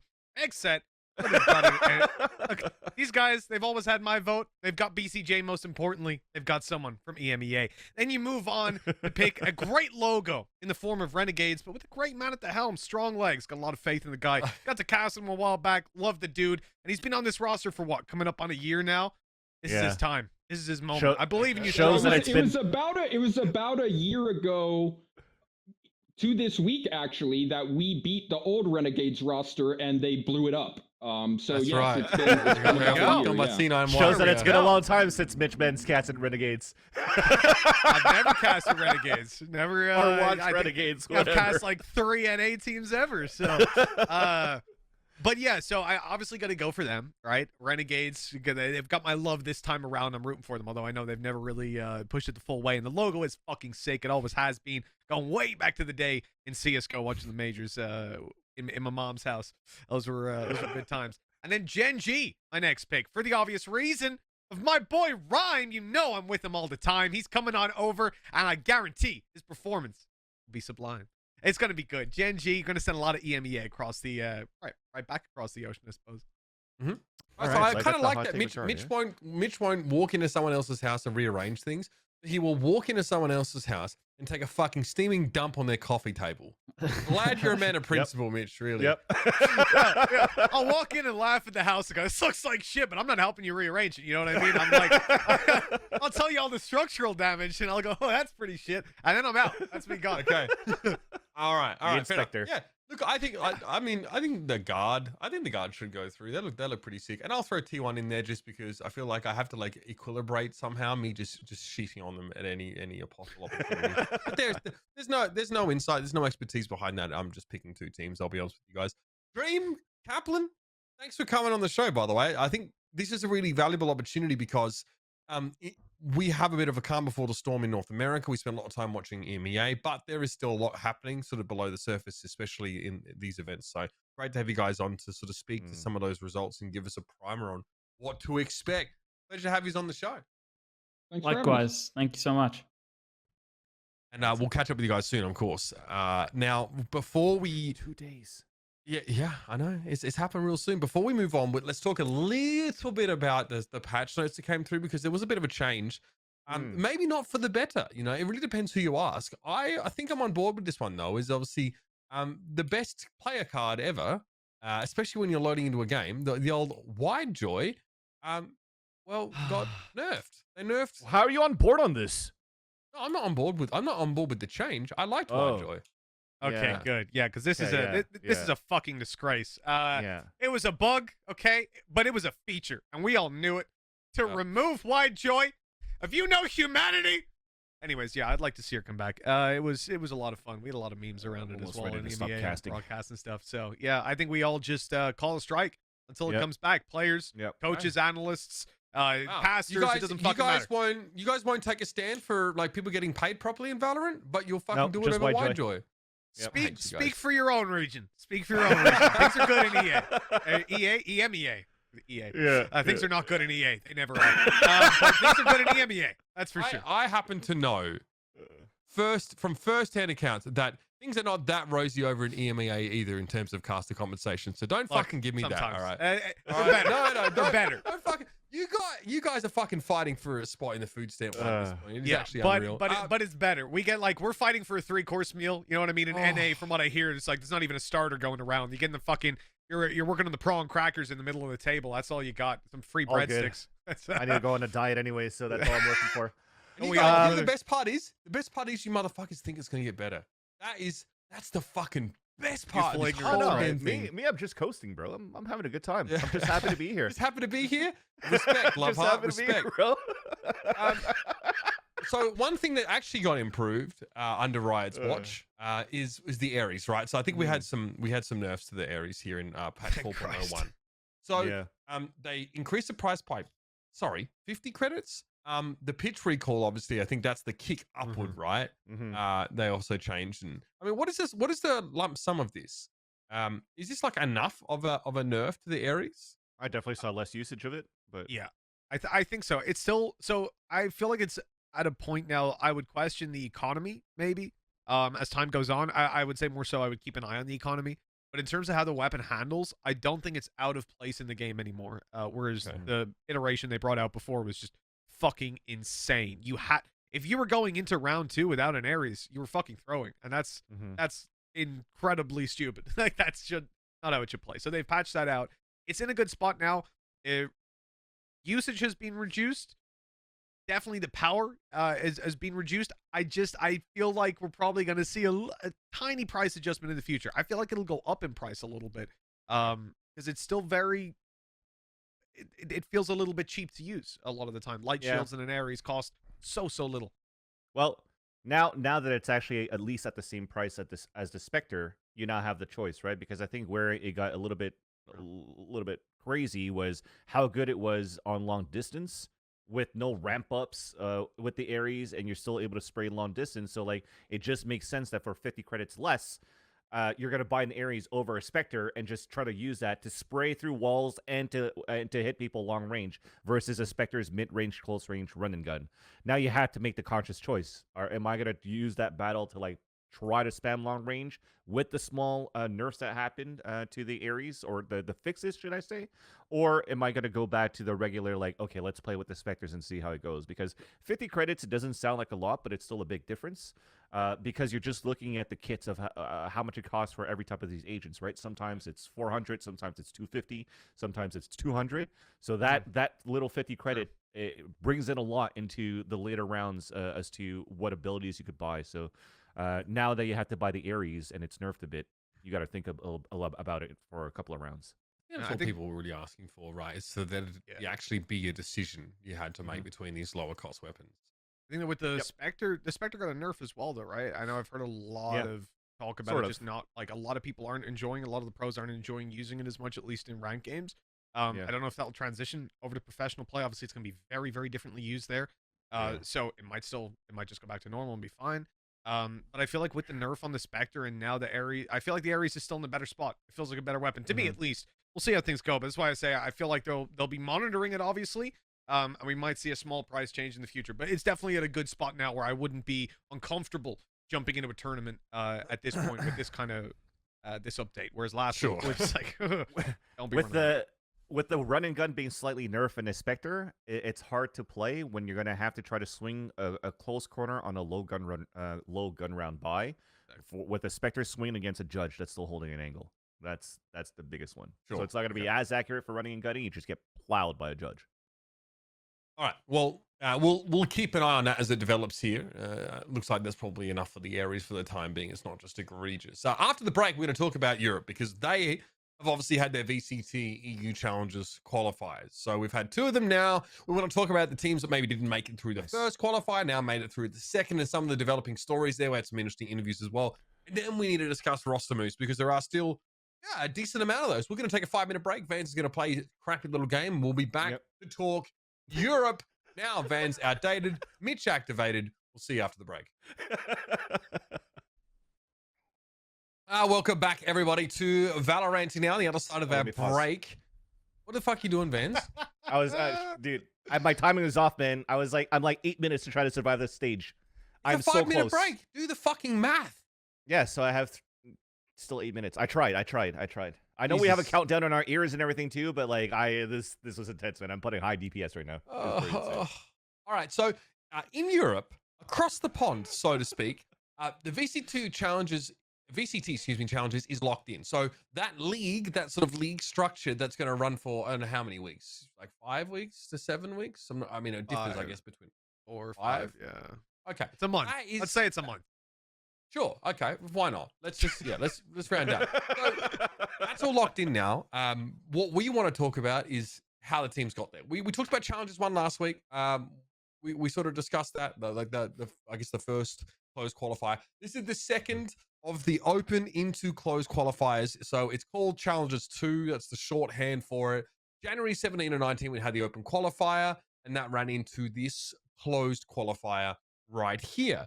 We talked about Team Vitality. I think we mentioned XL. We talked about 10-star a fair bit in that first qualifier. Alliance that fell short. They had a rough one. I think they lost in like the lower bracket final as well in that first one.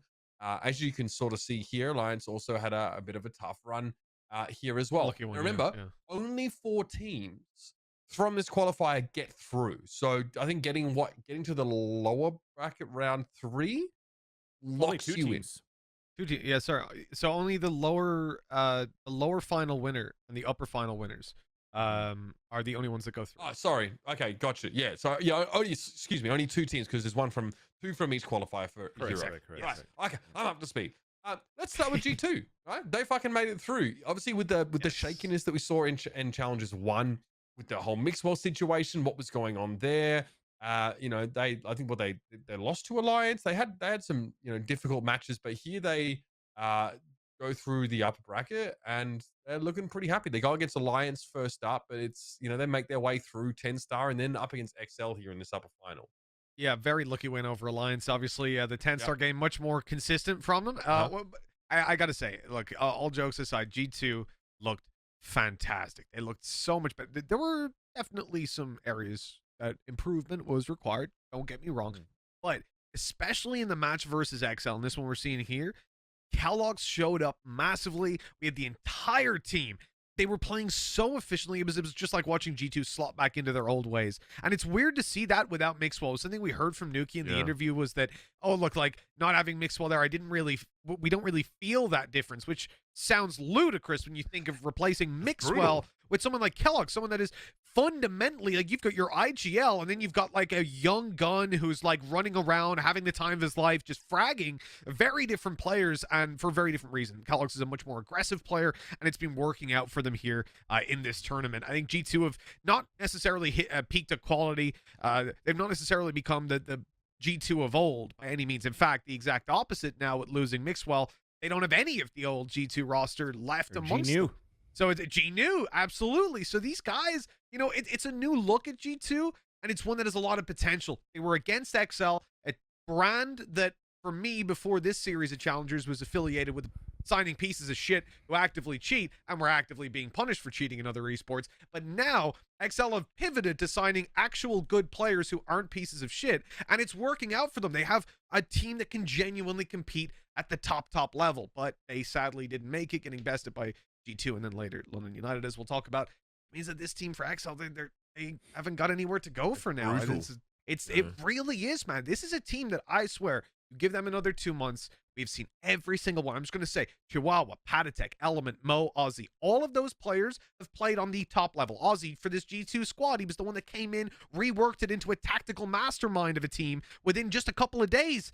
I mean, they can compete, but now they're left for months and months and months with nothing to do, and that really breaks my heart. VRL, sure, of course, but in terms of the VCT, sorry, I should say that the VCT is gone for them. Now they've got to push into the VRL, but they should be a team that competes there and pushes through to the top. So indeed, I'm operating on the system of last year, which was going to be terrible. In NA, you guys had what, your 2 to 3 months of nothingness when you were knocked out. Over here, it's like VRL is obviously something, but then you have to even consider the possibility for teams like these of having a player like Chihuahua, having a player like Element, especially, who in my opinion is one of the best, hands down, best duelists in the world.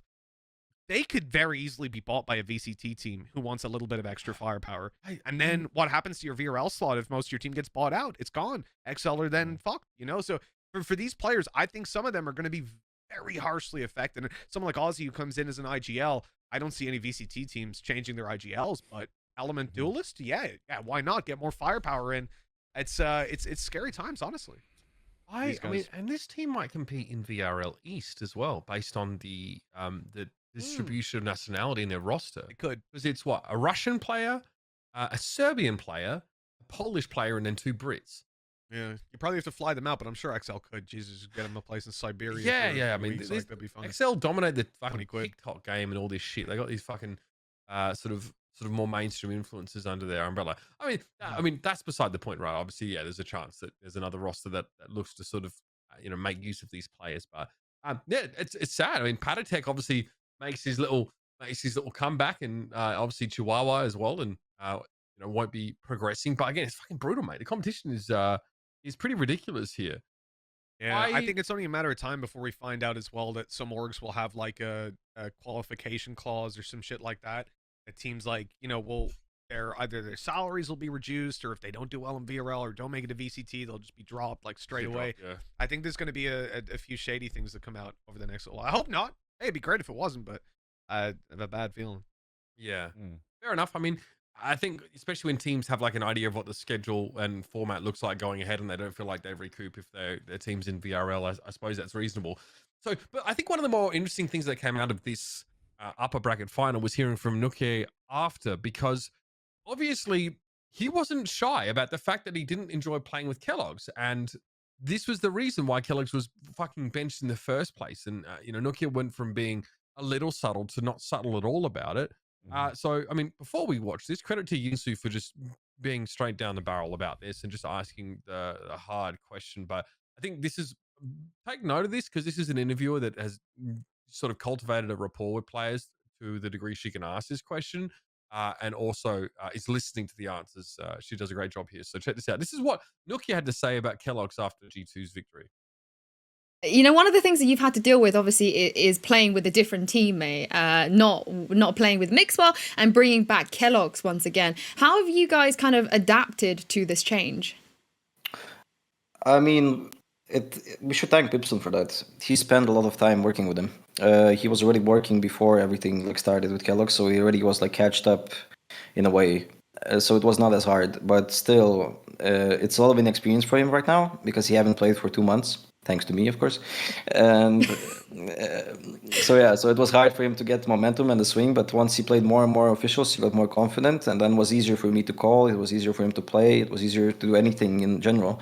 Of course, we make a lot of mistakes still because the team is pretty new and people have stress and nerves because this is the most important event of the year for everybody to qualify, or you sit for 2 months not doing anything. So yeah, it feels amazing. I know you're. Yeah, I know you're joking about like the thanks to you thing, but I do want to ask you about that because there was so much kind of like outside noise about how you felt and what you thought. What did you actually feel? What did you think about all of this?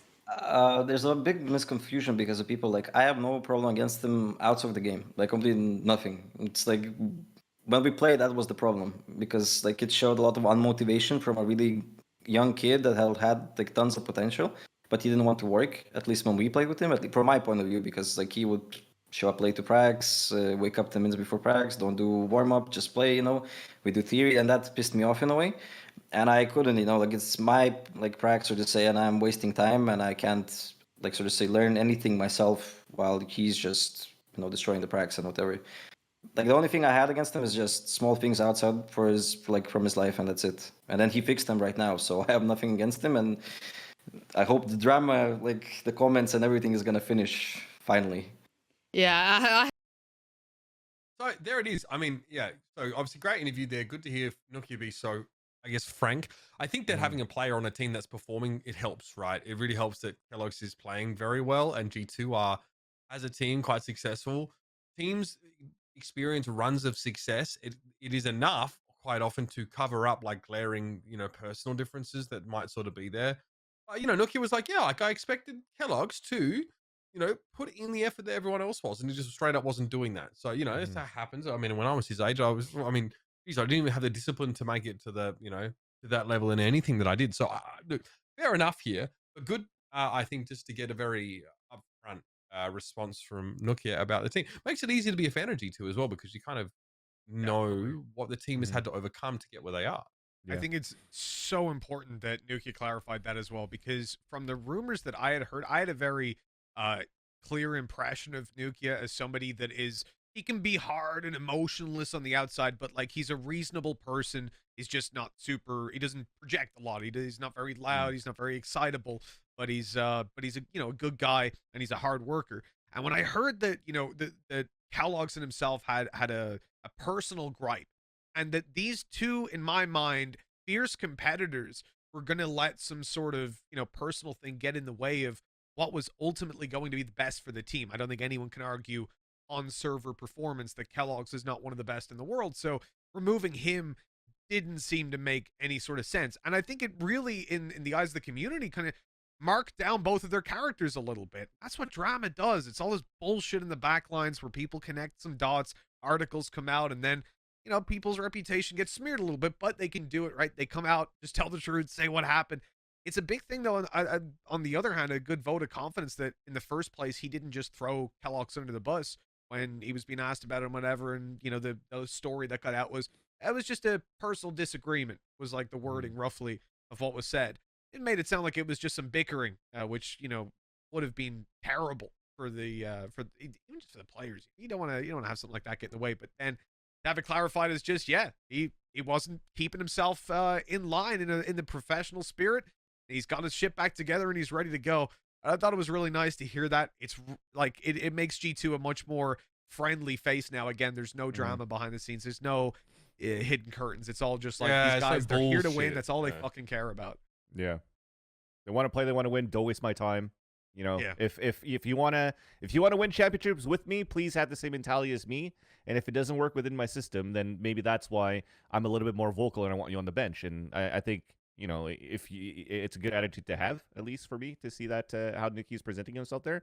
And I think it also squishes the other other rumors of like the videos coming out of like who's IGLing and stuff like that too. Is it Pipson or not? Nuki clearly mentioned in that interview that he's IGLing right now for the team. Now that Kellogg's is back into the roster, but at least at the system that Mixwell was talking about, where they trusted what Pipson was doing, who wants to play what, who should play what role and what positions, is still very strong. Like there's still a Pipson still has a big say into the development of this team, which is nice to see as well. You know what? If I rewind my brain 1 year, let's say, a little bit more, maybe even back to the Ignition series, if I look at the G2 roster, which is essentially Team Mixwell, right? It's what it became, and then as it ended up being, he was the last man standing. I don't think I would have ever, up until this moment, been okay with him being removed from the roster. All these comments on Reddit, like, oh, look at his stats, oh, his jet. It's like, man, what he brings to the table was so much more valuable in terms of what G2 needed in that moment.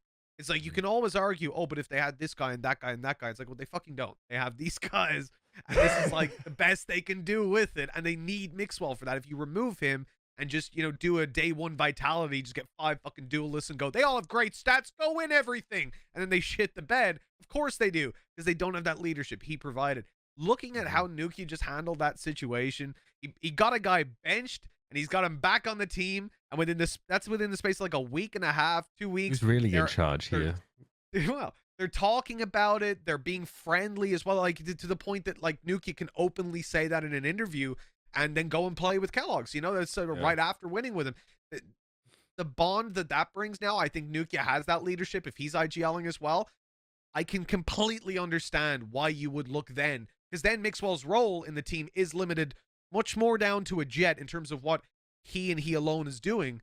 And then you go, well, Kellogg's can do that better. And Kellogg's is more aggressive for them, opens up that bit more space. So I get it. It's just... the writing was on the wall when Mixwell got put back on the jet. You know, I think he inhabited a decent space when he was sort of moved away from the jet.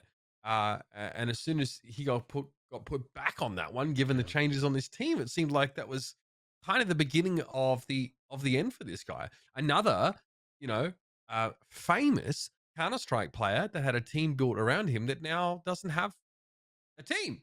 Again, like another one and like no one has anything really bad to say about Mixwell, even as he departs his team, but it's not what, as you pointed out, what G2 need right now. And so he's benched. I do wonder, you know, how much of that is as well very beneficial for Mixwell. I start to see a pattern when we look at the Red Bull home ground events where Kellogg's, you know, as I said, at that event, everyone was fucking around. But we had Kellogg's playing on like initiators and I think breach and stuff. He was playing off jet anyways, and Mixwell was playing the jet. I remember every game we were like, well, listen, folks, they're not going to do this in an official. You know, you're going to do this here at Red Bull home ground because, you know, hey, we're all here for fun. It's BO5s and there's no map fans because, hey, it's all fun and games. But then, like, we get to the main stage, it's like Kellogg's out, Mixwell in, and I'm like, all right, let's pump the brakes. What the fuck is going on now? Because I can understand it to kind of mess around. But I feel like Mixwell's maybe coming in and saying, you know what, I want to be an IGL jet, maybe, whatever it might be. I think that he just doesn't see himself fitting in the team anymore, and that they do have a better chance with Kellogg's as well. That the best decision for him is to go somewhere else, but it's bittersweet, man. It's bittersweet to say bye to this guy, but I'm sure he's still going to be around. Like, this is still someone that can easily lead a top 5 team. Yep. Could easily potentially even go to like overseas if the opportunity was there, because he's done it before in Counter-Strike, right? I know that Bleed Esports is looking for some hotshot gamers. What do you think? Yeah, but I'm thinking more along the lines of like you know, like a Crew Esports or something like that, something similar in that fashion, where his fan base is actually quite huge in Latin America and South America as well. So I feel that there's also good his opportunities. Watch parties slap as well. So, exactly. So I think that would be quite huge for him in terms of like branding for him, branding for the org, and an upgrade. I'm just happy that myself and Tom took the opportunity we did. We looked like idiots, but we tried. At Masters 2 when G2 beat Sentinels, we just like we were casting in the interview room. So obviously Mixwell came in, and then after the interview, it's like, can we just get a picture the day that the day that Sentinels fell to G2, and the day they got knocked out, you know. So we had we have a picture with him. Did you mint it as an NFT logo and everything. I think we might now. You know, we might. If only. You know, I just wish I was in my own clothes at that moment. That's all I wish, because the Masters 2 styling was still on me. The fishing jacket looked great. I just expected to pull out like you know, a couple I needle think nose it was the pliers fishing and jacket some- as well. I think it is. I think the picture of me and Mixwell's the fucking fishing jacket. I'm gonna have to Photoshop it. But I yeah, expected you to pop on a core cat and go down to the fucking bayous in Florida and just fucking flick the bloody. Oh Jesus Christ! Yeah, good times, man. Great outfits. Yeah, Hey, great times. let's talk about. You need to tell me about London United, because they're not British. They're Lithuanian. I know Destrian. Remember that guy from fucking Nolpengi or some shit from like way back? Yeah, So, Yeah, obviously- roster? Yeah.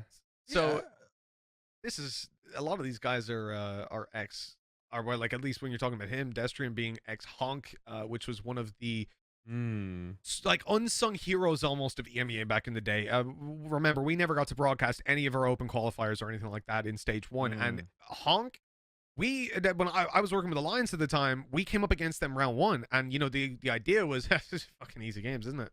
It was not. It was very hard. These guys were unreal. I think it was like OT every map up to 3, and that was the same qual I think that we ended up being the first to qualify from. They were insane, and they had a lot of potential. Bringing the likes of Boothrough, who's already shown himself over on Vodafone Giants to be one of the more solid, I think, controllers that we've got out there. Heck, you as a duelist, this guy can hit peaks on the jet that you rarely see, and consistently as well. And Malsey, this is a guy that doesn't have the same reputation. All right, most of EMEA knows Feku, they know Boo, they know Destrian. Dreamass is a very, very prominent name, again, from the Honk roster, from all the rage. Lithuanian players are the bread and butter of the EMEA, or at least of the EU competitive FPS scene in CSGO. Everybody knows these guys. They all have a history. Malsey came in to Valorant. Actually, there's a lot of talk about this guy, but I haven't really seen him have massive opportunities up until Vodafone Giants, or Giants Gaming as they went on to be known. He didn't really get the good stretch that you would have hoped for in that roster. But now, coming into London United, it's honestly like 5 unsung heroes who've had a bit of success in EMEA, but never really hit that kind of tier 1 level, that have now pieced together. And I mean, I'm just looking at the results here. Obviously, they lost to Vitality, and then they came back. Rebels, who were a very, very well-renowned team, but they got stomped. 10-star Vitality, and then XL, who, as I already mentioned, is like 5 tier 1 players who've all competed at the top of the top. This is a team that can't really be fucked with. And I got to say, London United's a pretty new organization on the scene in general.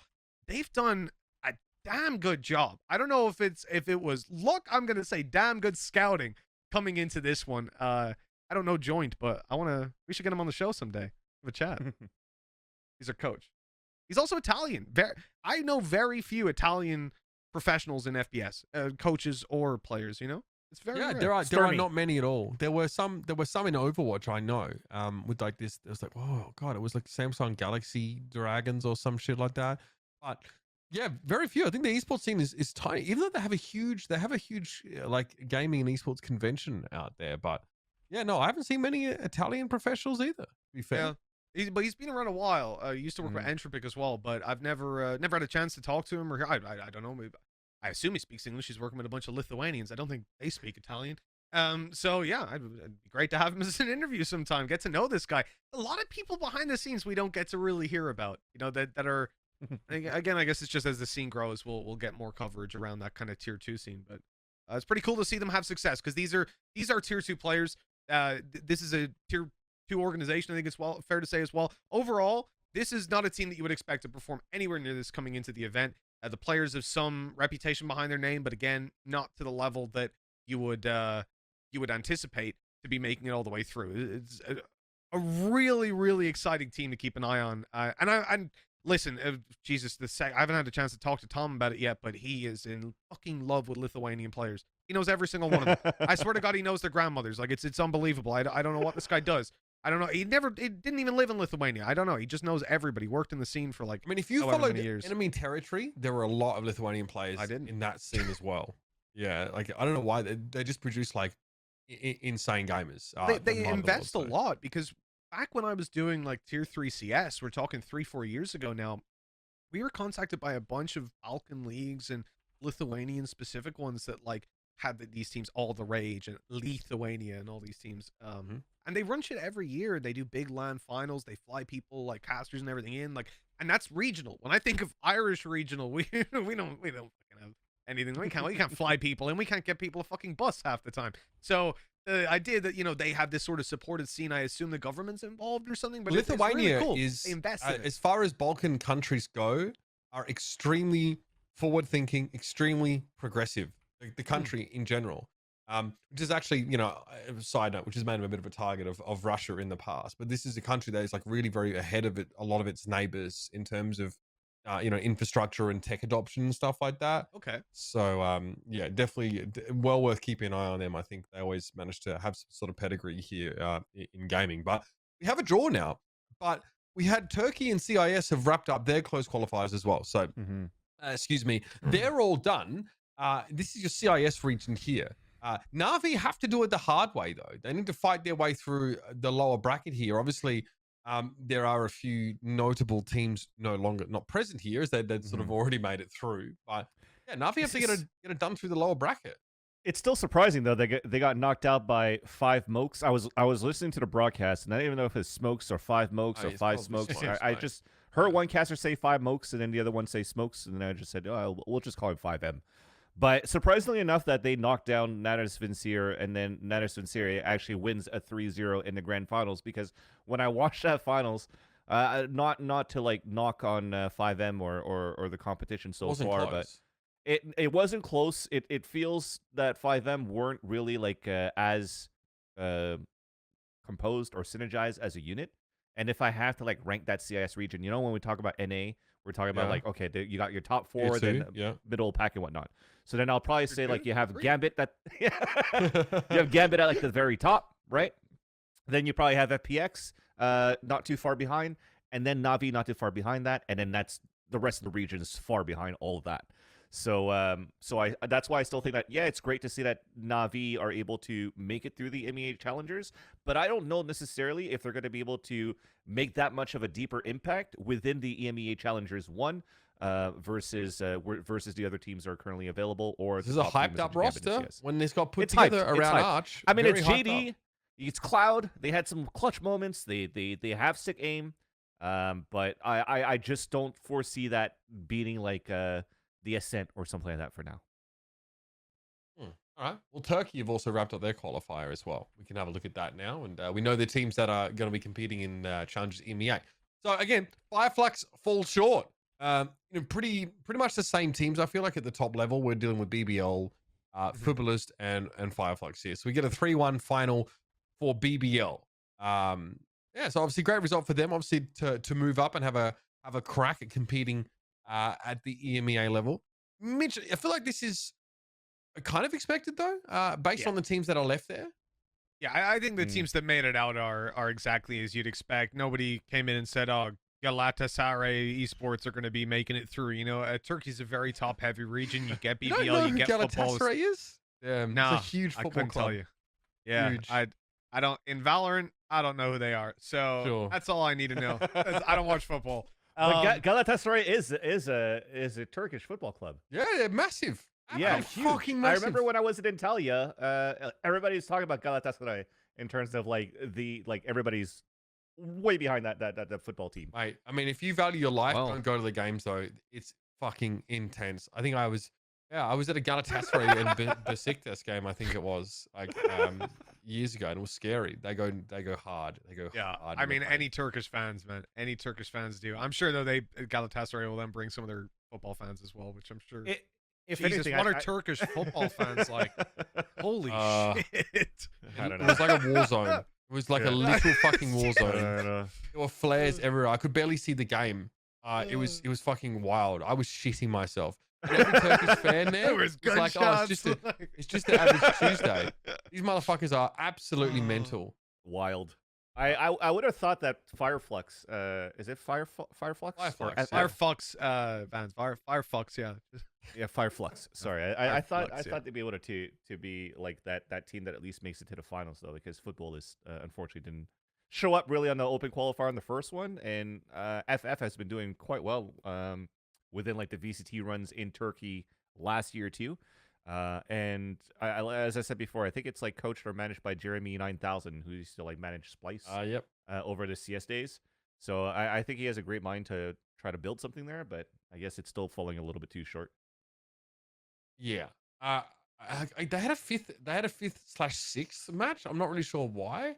Looking here at VLR.gg. I don't know. Either way, so obviously there is a VRL region for Turkey. So the I was teams gonna will say make maybe it. it's for VRL seedings or something like that later on. Yeah, That makes sense. Yeah. You're right. Actually, it is. It just I think fifth, sixth had to be sorted because it determines the seedings in like the closed qualifier for VRL Turkey. All right, let's have a look at EMEA. Let's have a look at Challengers EMEA. It's fucking locked in now. We've got representatives from Europe. We've got representatives from CIS and of Turkey. This is it. Ready to listen to Mitch. Five or so weeks of league play with 2 groups here of 6 teams. Here you have it. So Gambit, Liquid, Big, FPX, Na'Vi, London United, and then in Group B, it's Fnatic, Ascend, Supermassive Blaze, Guild, BBL, and G2. Laughing to the fucking bank if you're Gambit or Liquid. Holy fucking shit. Actually crazy. They've literally just been given a free out, and then Group B is... So from what I understand, it's top 3 teams go through. Okay, that's not bad. You know, again, it makes it so easy for Group A. You know you're gonna get Gambit. You know you're gonna get Liquid unless they massively underperform. And Group B is so stacked, man. I mean, I'm gonna pull it up here. Yeah, You know, fucked. like Ascend, and like was one of the best teams in the world. Ascend, Fnatic, one of the best teams in the world. Guild, one of the best performers we've had so far. Certainly look the best this season, as in they've already proven in this meta and everything that they're one of the best in EMEA. Through the qualifiers, then you've got Supermassive Blaze and BBL. So you've got the 2 Turkish teams on the one side, which is great, and then the other CIS teams on the in Is Group it great? A. No, it's not. It's actually fucking terrible. Why? And then G2 Why? So- Why do they do this? So I think we have a video. We might need to pause it when it gets to the board with the tiers on it with Zash explaining. But basically, there was a draw show, and how it was done was like they were segmented into tiers. Here we go. Perfect. So qualified teams. There's Pool 1, which are the established top tier international teams. Pool 2, the ones that have already proven themselves. And then then you've got Pool 3 for the second round of qualifiers that have now already proven themselves, as we've seen. Was it required to have a Turkey and CIS spot in Pool 2? It must have been, because why are G2 down there in Pool 3? I think Pool G2 are down in Pool 3 because they'd already qualified at that point. From It was the second qualifier, yeah. Yeah, so because EU has 2 slots, the day that this was published, G2 will have just qualified, and then it was published, and then the next day of games was where... right. they So all Pool 3 is finished, just CIS. the second qualifier from yeah. each region. correct. So it's top teams are invited. Pool 2 is Q1, and then Q2, and then you draw it out of that. And very unfortunately, through RNG, we've ended up at this. Now, there's a lot of questions here. Should we be using RNG to determine such an important system like this? If it's going on for so long, probably, I feel like, because if you base it on subjective seeding, then it gets very tough. But what we have had in the past, and a system that I will represent until I fucking die, is that you get every single team coming into the event, you get them to rank every other team in the event, you take any massive outliers, like if somebody comes in and says, oh yeah, I think fucking London United are the best team in the whole qualifier, you punch them in the face and you delete their application. So then whatever ones are not clearly maliciously, you verify them all, like, okay, I don't think these guys are fucking around, this seems to make sense. And if the ones that make sense, you just do a seeding off that, bang, you've got a full 1 through 12 seeding of your event. It pretty much guarantees, because so they run that system in a lot of CS events, and it works every time. We did it at WePlay. It worked. All the players are happy with it. All the fans are happy with it, because you always get a fairly good average of what these teams think of each other and so on. So I don't like that we don't use that system. It's something I've put forward a lot in the past, and this is exactly why. I think we honestly have a system now where we all have our days booked, but we or preemptively at least, we don't know what games we're doing. Can you imagine the difference between, like, any Group B game is a tier 1 game, like, no matter what it is, even if it's going to be no European teams, you just get the 2 Turkish teams that are in there, it's still a tier 1 event. And As a then s- Group A is just gonna be shit shows at some stage. Like Gambit versus Navi. I like Navi, but that shouldn't be something that's like the same level as, you know, Ascend versus Guild or Fnatic, and it's just kind of wild to me that we've ended up with such a stacked group. But with you changes. explaining it that way, I'm starting to have like that question mark of like, oh shit, what's it gonna look like for NA now once we get the 12 teams settled, right? To once we get into that mini season of 5 weeks, how is that gonna be seeded? And I sort of I'm having like a sixth sense that, or a spidey sense that it's gonna be very similar to how EU kind of did it, because the whole draw system has been the system that we've been doing anyways. In last year, right? When we're figuring out these groups coming out into the playoff stages for like champions, for masters, and all that stuff. So, I don't think that's going to change. I think it works at 16 team events. Honestly, I think at a 16 team event, there's no problem. But because of the way that we shuffle 3 cards. It's well, 4 cards. Wait, who am I looking at here? Zest and whom? Like, what is? So that's Daniel Ringland. He's the head of EMEA for Valorant. And he's the EMEA now. Oh, Yes. Mr. Ringland used to be the Oceania guy. Okay, Yeah, we go back a bit. He's heading the EMEA now. Lovely guy. He's reached out to all of us when he, I think, first came on board, or when he started actively working on it, and Awesome. had a meeting with us all. Like, he's a super jolly guy as well. We love Daniel. But yeah, so the thing is, obviously, it goes to playoffs, and then there's going to be a mix-up of the top 3 of each group playing through playoffs and the whole system there. But yeah, I think for the group stages being the bulk of the competition, it's a bit disappointing that we've ended up with it being like all the CIS are on one side, all of Turkey are on the other, and then all like super stacked up Group B and a very objectively one-sided Group A, at least for the top 2 that's teams. the risk. That's the risk you get from this. I still look. You're gonna get group stage. Well, you get GSL style, right? I guess what top team from each group gets a bye in the first round of playoffs because it's what 3 from each team, right? So it would make probably sense, have yeah. to work that way. Okay, cool. I mean, I'm looking forward to it. I can't wait. Hopefully NA's one looks nearly as competitive as Europe's one, but yeah, we've got that locked in Probably now. better. Yeah, I don't think so. No, I don't think so. But Come on, listen, Guard, Navi, XSET, SMB. Yo, this is NA. NA wins all of 2022. Are you just comparing like the weaker teams from Europe with? Okay, that's fine. All right, let's talk about some roster moves. He couldn't take it. He saw NA not at the semis. He was rocking. He's like, no, we're the best. We are. Take any excuse now. Meister says Riot doesn't know Oceania exists. No, I'm just saying Daniel Ringland used to be esports manager for Riot in Oceania. So, I mean, he knows Oceania exists because he had to fucking work. He had to deal with me emailing him every fucking day. That's why he is how he is. Yeah. Oh, yeah. Oh, yeah. Don't worry. Don't worry. That's why I went to Europe. We have some, what did you say? That's why I went to Europe, running away from you.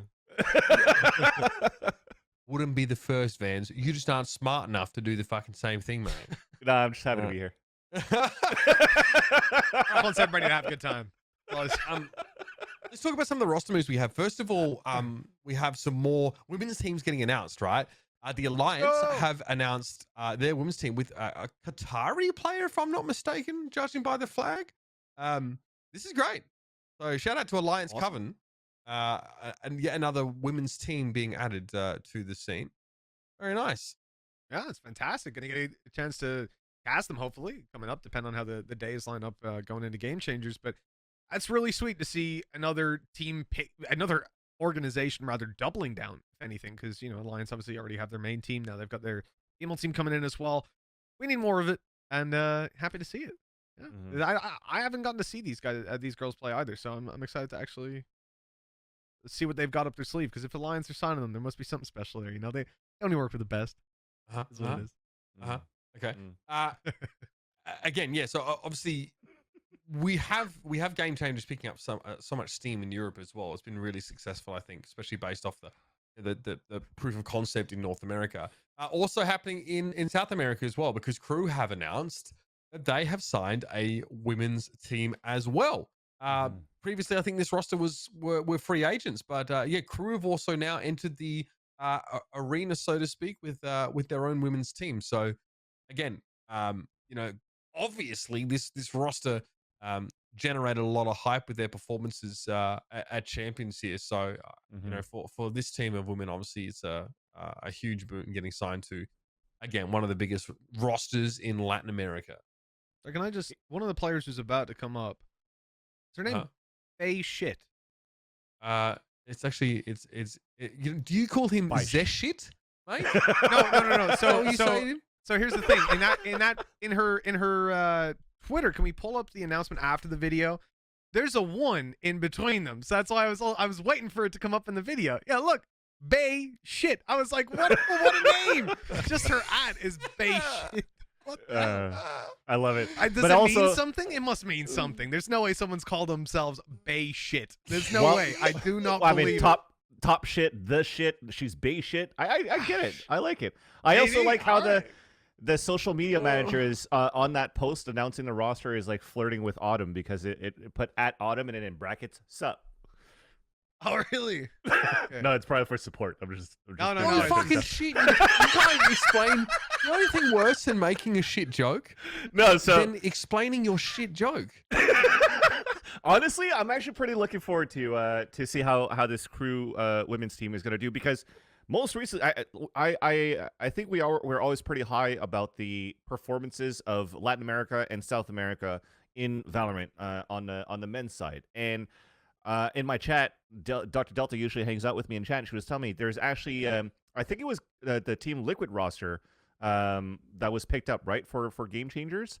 They actually went the furthest as possible in the VCT run in the Open qualifiers, if I'm not mistaken. It was like round 3 or round 4. So what do you mean the furthest as possible? What does that mean? Like because when you're looking at, for example, C9 White, that's currently trying to qualify within the main circuit for the VCTs to make it like round 2 or something like that. But then you have like this Team Liquid team that was playing in their qualifiers and made it to like round 4 or something. So I didn't get to follow the scene in itself for the region in Brazil, but understanding that, you know, these women are kicking ass in the open circuit, in the mixed circuit, it only shows for me how excited I am to see how that Liquid roster. There's Gamelanders purple. They're like the C9 White of South America. They were just shitting on everybody from what I saw, having a look at their sort of results. So that's right. So I'm so looking forward to like a C9 White and actually just all the Game Changers in general when it's going to be international scene. Exactly, especially with like names like G2 Gozen and Guild X and some of these really sick teams in EMEA. Sick teams in there. What do you make of this rumor here? I don't really get this, but apparently Rise Nation might be selling their roster. And FaZe obviously, tried to sort of pick them up and build them around Baby Bay. I mean, but they would have had to sacrifice one of their players to mount Wanahakalugi if they wanted to build around fucking Baby Bay.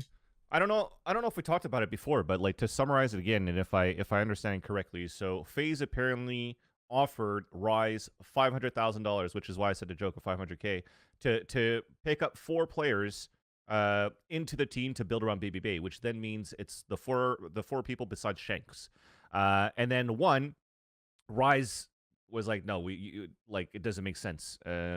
Our team is worth more than that, not just 500,000. Maybe like 500,000 would be good for like 1 or 2 players, but you can't have like a fucking 4-for-1 deal with this cost here.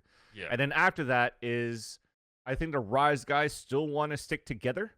So they were still looking for a way to like join other organizations, but I think the conversation went around like contract jail and stuff like that too.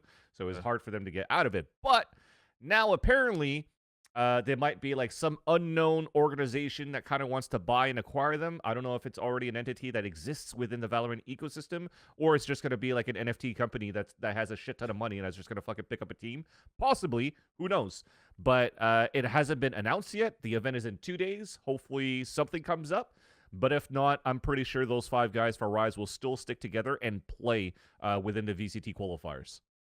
Yeah, I mean, that's what George Geddes also has more recently reported, that the deal is not sort of finalized yet. They'll be playing under that banner. I guess that's fine, right? It doesn't matter. They can just, if 4 of 5 of the players are Rise Nation ones, they will maintain the slot. So, okay, and I'm super high about this roster too. Like I'm pretty stoked about them ever since they qualified for LCQ in October. I went online and bought their shit. My clothes was late for 3 months. I finally got the pants.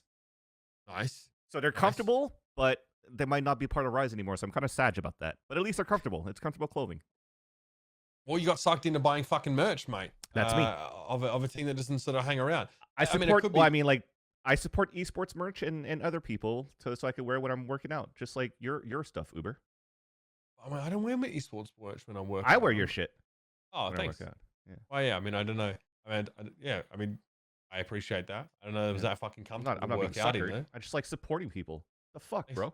Thanks for no, it's fine. I don't wear esports merch when I work out. I hadn't really thought about that. But so in this regard, then, so FaZe are obviously looking for 4 people to stick with Baby Bay. This is the roster as it stands now. So Dicey shot up. Baby Bay, Larry Bay. We talked about this already, I think. Yes, we did last week.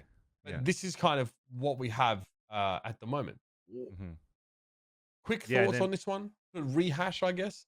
Yeah, I guess a rehash was like Larry Benson is going to be the Silva player right now for the team. They still keep their coach, so it's still going to be JDM that's going to be coaching the team. There's going to be Trippy that's going to be supporting that system as well. And then the IGL, I think, if I'm not mistaken, is going to be Flya. And then Shot Up is going to be playing some Smoker agents too. So it makes me think about, okay, well, if Baby Bay is going to be the Jet player most likely, is Dicey now going to be that second initiator flex agent that could potentially play that type of role? And he's tried it before when he played with 100 Thieves, right? He was playing that Sage as a support role. Maybe he sees the seriousness or the importance, rather, of having to go into a deeper agent pool so that he has better chances to be, 1, with the team, 2, useful with the team, because everybody wants to play Jet anyways. So is it going to make an impact? I don't know. I don't think so. Probably not in the first run. In the long run, probably for the second not even second qualifier. Probably think about Masters 2 at this point. Maybe like 4 months down the road when they have that time to build. Yeah, we're a ways away from that at the moment. Okay. Speaking of teams that are building, we got the TSM roster reveal. The whole fucking shebang. This team, I mean, the last time they played official was August last year. So a long time. So obviously it's Corey, Levi, Sabrosa, Wardell, and Rossi, who on Immortals, Rossi looked great. He came out of fucking nowhere as far as I was concerned, and just like played the Astra and started shitting on people. So TSM, no excuses for this team not being like a staple, a fixture in North American Valorant. They have to get back there. It's not negotiable. Is this the team to do it with, fans?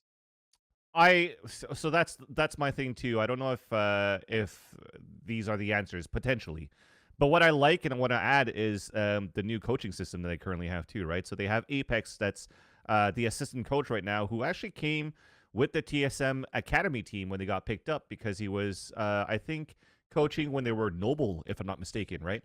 So what I like is that you have a lot of much younger talent in terms of the coaching system that has been living and breathing around Valorant and grinding that tier 2 scene onwards, so that you understand the game a little bit better versus like somebody who's making an immediate transition and trying to like figure out how to coach, how to play this game. Again, it's Chet. I don't want to like bash on him or rail on him, stuff like that too. But I think, you know, when he made the switch going from CSGO to Valorant, it was immediate, right? It's like, okay, well, welcome to Valorant. Try to fix this team. And it is very, very difficult to do. Now that you have people that's been a little bit more ingrained within the beta days with Apex and whatnot, maybe they're going to be able to add that extra layer to help the IGLing of Rossi to move forward with this roster. But do they have the firepower? I definitely do think they have the firepower. I mean, this is like one of those teams that we've had like no information on in the lead up to, you know, these very slim opportunities to qualify for challenges. So, I mean, Corey's a freak. He won that AIM Lab Invitational. Bro, it's fucking sick. Which is obviously not Valorant, but I mean, the guy's aim is just fucking disgusting. It's insane. Yeah. He's aim and tracking. This guy's on a different level. I need to know about this though. I need to know about this, Mitch, because obviously, you know, Doma's departure from Valorant was kind of interesting, and he came after a tournament where he didn't necessarily like outwardly play poorly that we could tell. Fnatic have replaced him now by acquiring Braveaf. Is that how we're gonna call it, or is this Brave? Right? I guess Brave. Yeah, I think there are obviously players that share that name, but I think his original name was brave as fuck, boy. So I'm kind of happy that he's changed it. Appreciate that one from him. Yeah, he's a Russian kid. This guy's got a very deep Asian pool. He played with a bunch of like really high scrim buck teams. I think in particular OBG being one of them, but at TY Easy as well. They were always solid to scrim up against, but not really someone that was on a lot of radars. I think this has come through some of the back channels of the Fnatic guys. They know a lot of the up-and-coming players. They have a bunch of connections in the CIS scene, obviously having Durka as well, who helps out, having competed in that scene for a while. So Brave is definitely an off-the-radar pick in terms of what Fnatic would look to next, and again makes me question the whole Doma situation. For Christ's sake, the man shaved his head for the team, and now he's being kicked off. It's a cruel world indeed. But yeah, I think look, he's someone that definitely stands up. You take a look, just even glancing at his stats, he's a fantastic player. But as I said, the most important thing for me is that he has got that deep fucking bench of agents. This guy's played practically everything in the game right now, and I'm sure Fnatic, being Fnatic, look at that as a massive positive. Now you're gonna get to cast brave as fuck for Fnatic and fuck you for London United during the EMEA Challengers. Brave as fuck, but fuck you. He's got to Takes him kill. down. All right, sorry. Fuck you. Good for one. Oh my god, it's gonna be fun. We're gonna have a good time. I'll tell you that. Base shit, yeah. That's some base shit right there. God damn. Oh man, where the hell are we headed to with the fucking team Christ player on a names bike. in the scene? The That's rules will ridiculous. come in eventually. Just also somewhat breaking news. Our Valorant VCT NA Talent have been announced. So shout out to Vansilli for being listed amongst those. Oh Let's shit, am I? go. Nicely done. Fuck, nice man. I should check my emails to see if I got a contract. Yeah. So we've got Gus. We've got Gus. They wouldn't announce you before they've signed you. That would never way. happen, That doesn't Vansilli. sound like it. No one would ever do that. Yeah, we got Dustin guys. Riff, Tanner, Avel Cat, I Hold Shift, Vansilli, Upmine, and Sully. Apparently, he's allowed to cast this. Yeah, it's not age game. Sully. Good on you, mate. Nicely done. So, Hell Vance, yeah. who are you casting with then? You gonna tell us that or what? You gonna Yeah, stick with Riv? I think I'm doing Riv. We're casting Nice. with Riv and Excuse me? Yeah, doing Riv. Sorry? Doing Oh. Riv. All Yeah. right, on the Oh, weekly. Okay, Yeah, all yeah, right. yeah. I'm Gotta get jealous, it done. man. So I think, if I'm not mistaken, we'll be doing the grand finals on Sunday. And then now I'm thinking about it, I was like, oh shit. I'm now gonna live what DDK and Sean Garris has been going through, because Sunday grand finals is pretty much seeding matches. Yes, that's right. Your teams are qualified prior to that. And yeah. in honest, and so people usually meme those games anyway. But let's be honest, in almost every esports tournament, like ever, with some exceptions, Valorant's been really lucky in this regard. But semifinals are almost always better in grand Yeah. finals. They're just Yeah. like, Yeah. because there's like, especially if there's like a bracket that's like top heavy, or like one of the sides of the bracket's way stronger than the other. But yeah, at least they fucking told you guys you were doing the final, and there wouldn't have to be any uncertainty True. about that. So cool. True. Yeah. Pretty GG. dope. All right. Oh, I'm excited. I'm excited. At least It's gonna no be one's good times. tried to fuck you out of the final, Vance, because that would be ridiculous. No, it's good times. I'm actually super excited for this too, God, and I what a think meme. I actually didn't know who else was announced for this weekend. So to see that Tanner, Evil Cat, Dust, and Shift, all great talent, up and comer, Upmine and Sully, of course, as well. So it's great. Yeah, rep make for all sure. these guys. I look. Mine's on that roster, so you better make sure you pronounce those names right, mate. He's gonna be fucking. He's gonna get up there. Jesus Christ, dude. Yeah. I expect fucking perfect pronunciation from every single name from Gus. So I'm actually gonna call Jonah P pushing P every time. Oh my God. So one more thing as well I want to talk about. Obviously, this Yonk roster is getting a lot of good publicity right out of Europe. Everyone fucking loves these guys. Yeah, we'll talk about this now. Tundra Esports. Who the fuck are they? They apparently have signed this Yonk roster. So I'd heard a rumor about this, but I didn't think it was coming out this quickly. They're from a different game. That's for damn sure. Dota Okay. 2, yes. So they're a Dota 2 organization who've been looking into Valorant for a little bit. That's just what I'd heard. And that the team Yonk, who used to be the gods that would, it'll be scary. I think any team, any top tier team in those early day open qualifiers where you had like no invites They were looking at those at Honk in their little bracket. They were one of the teams you definitely searched for.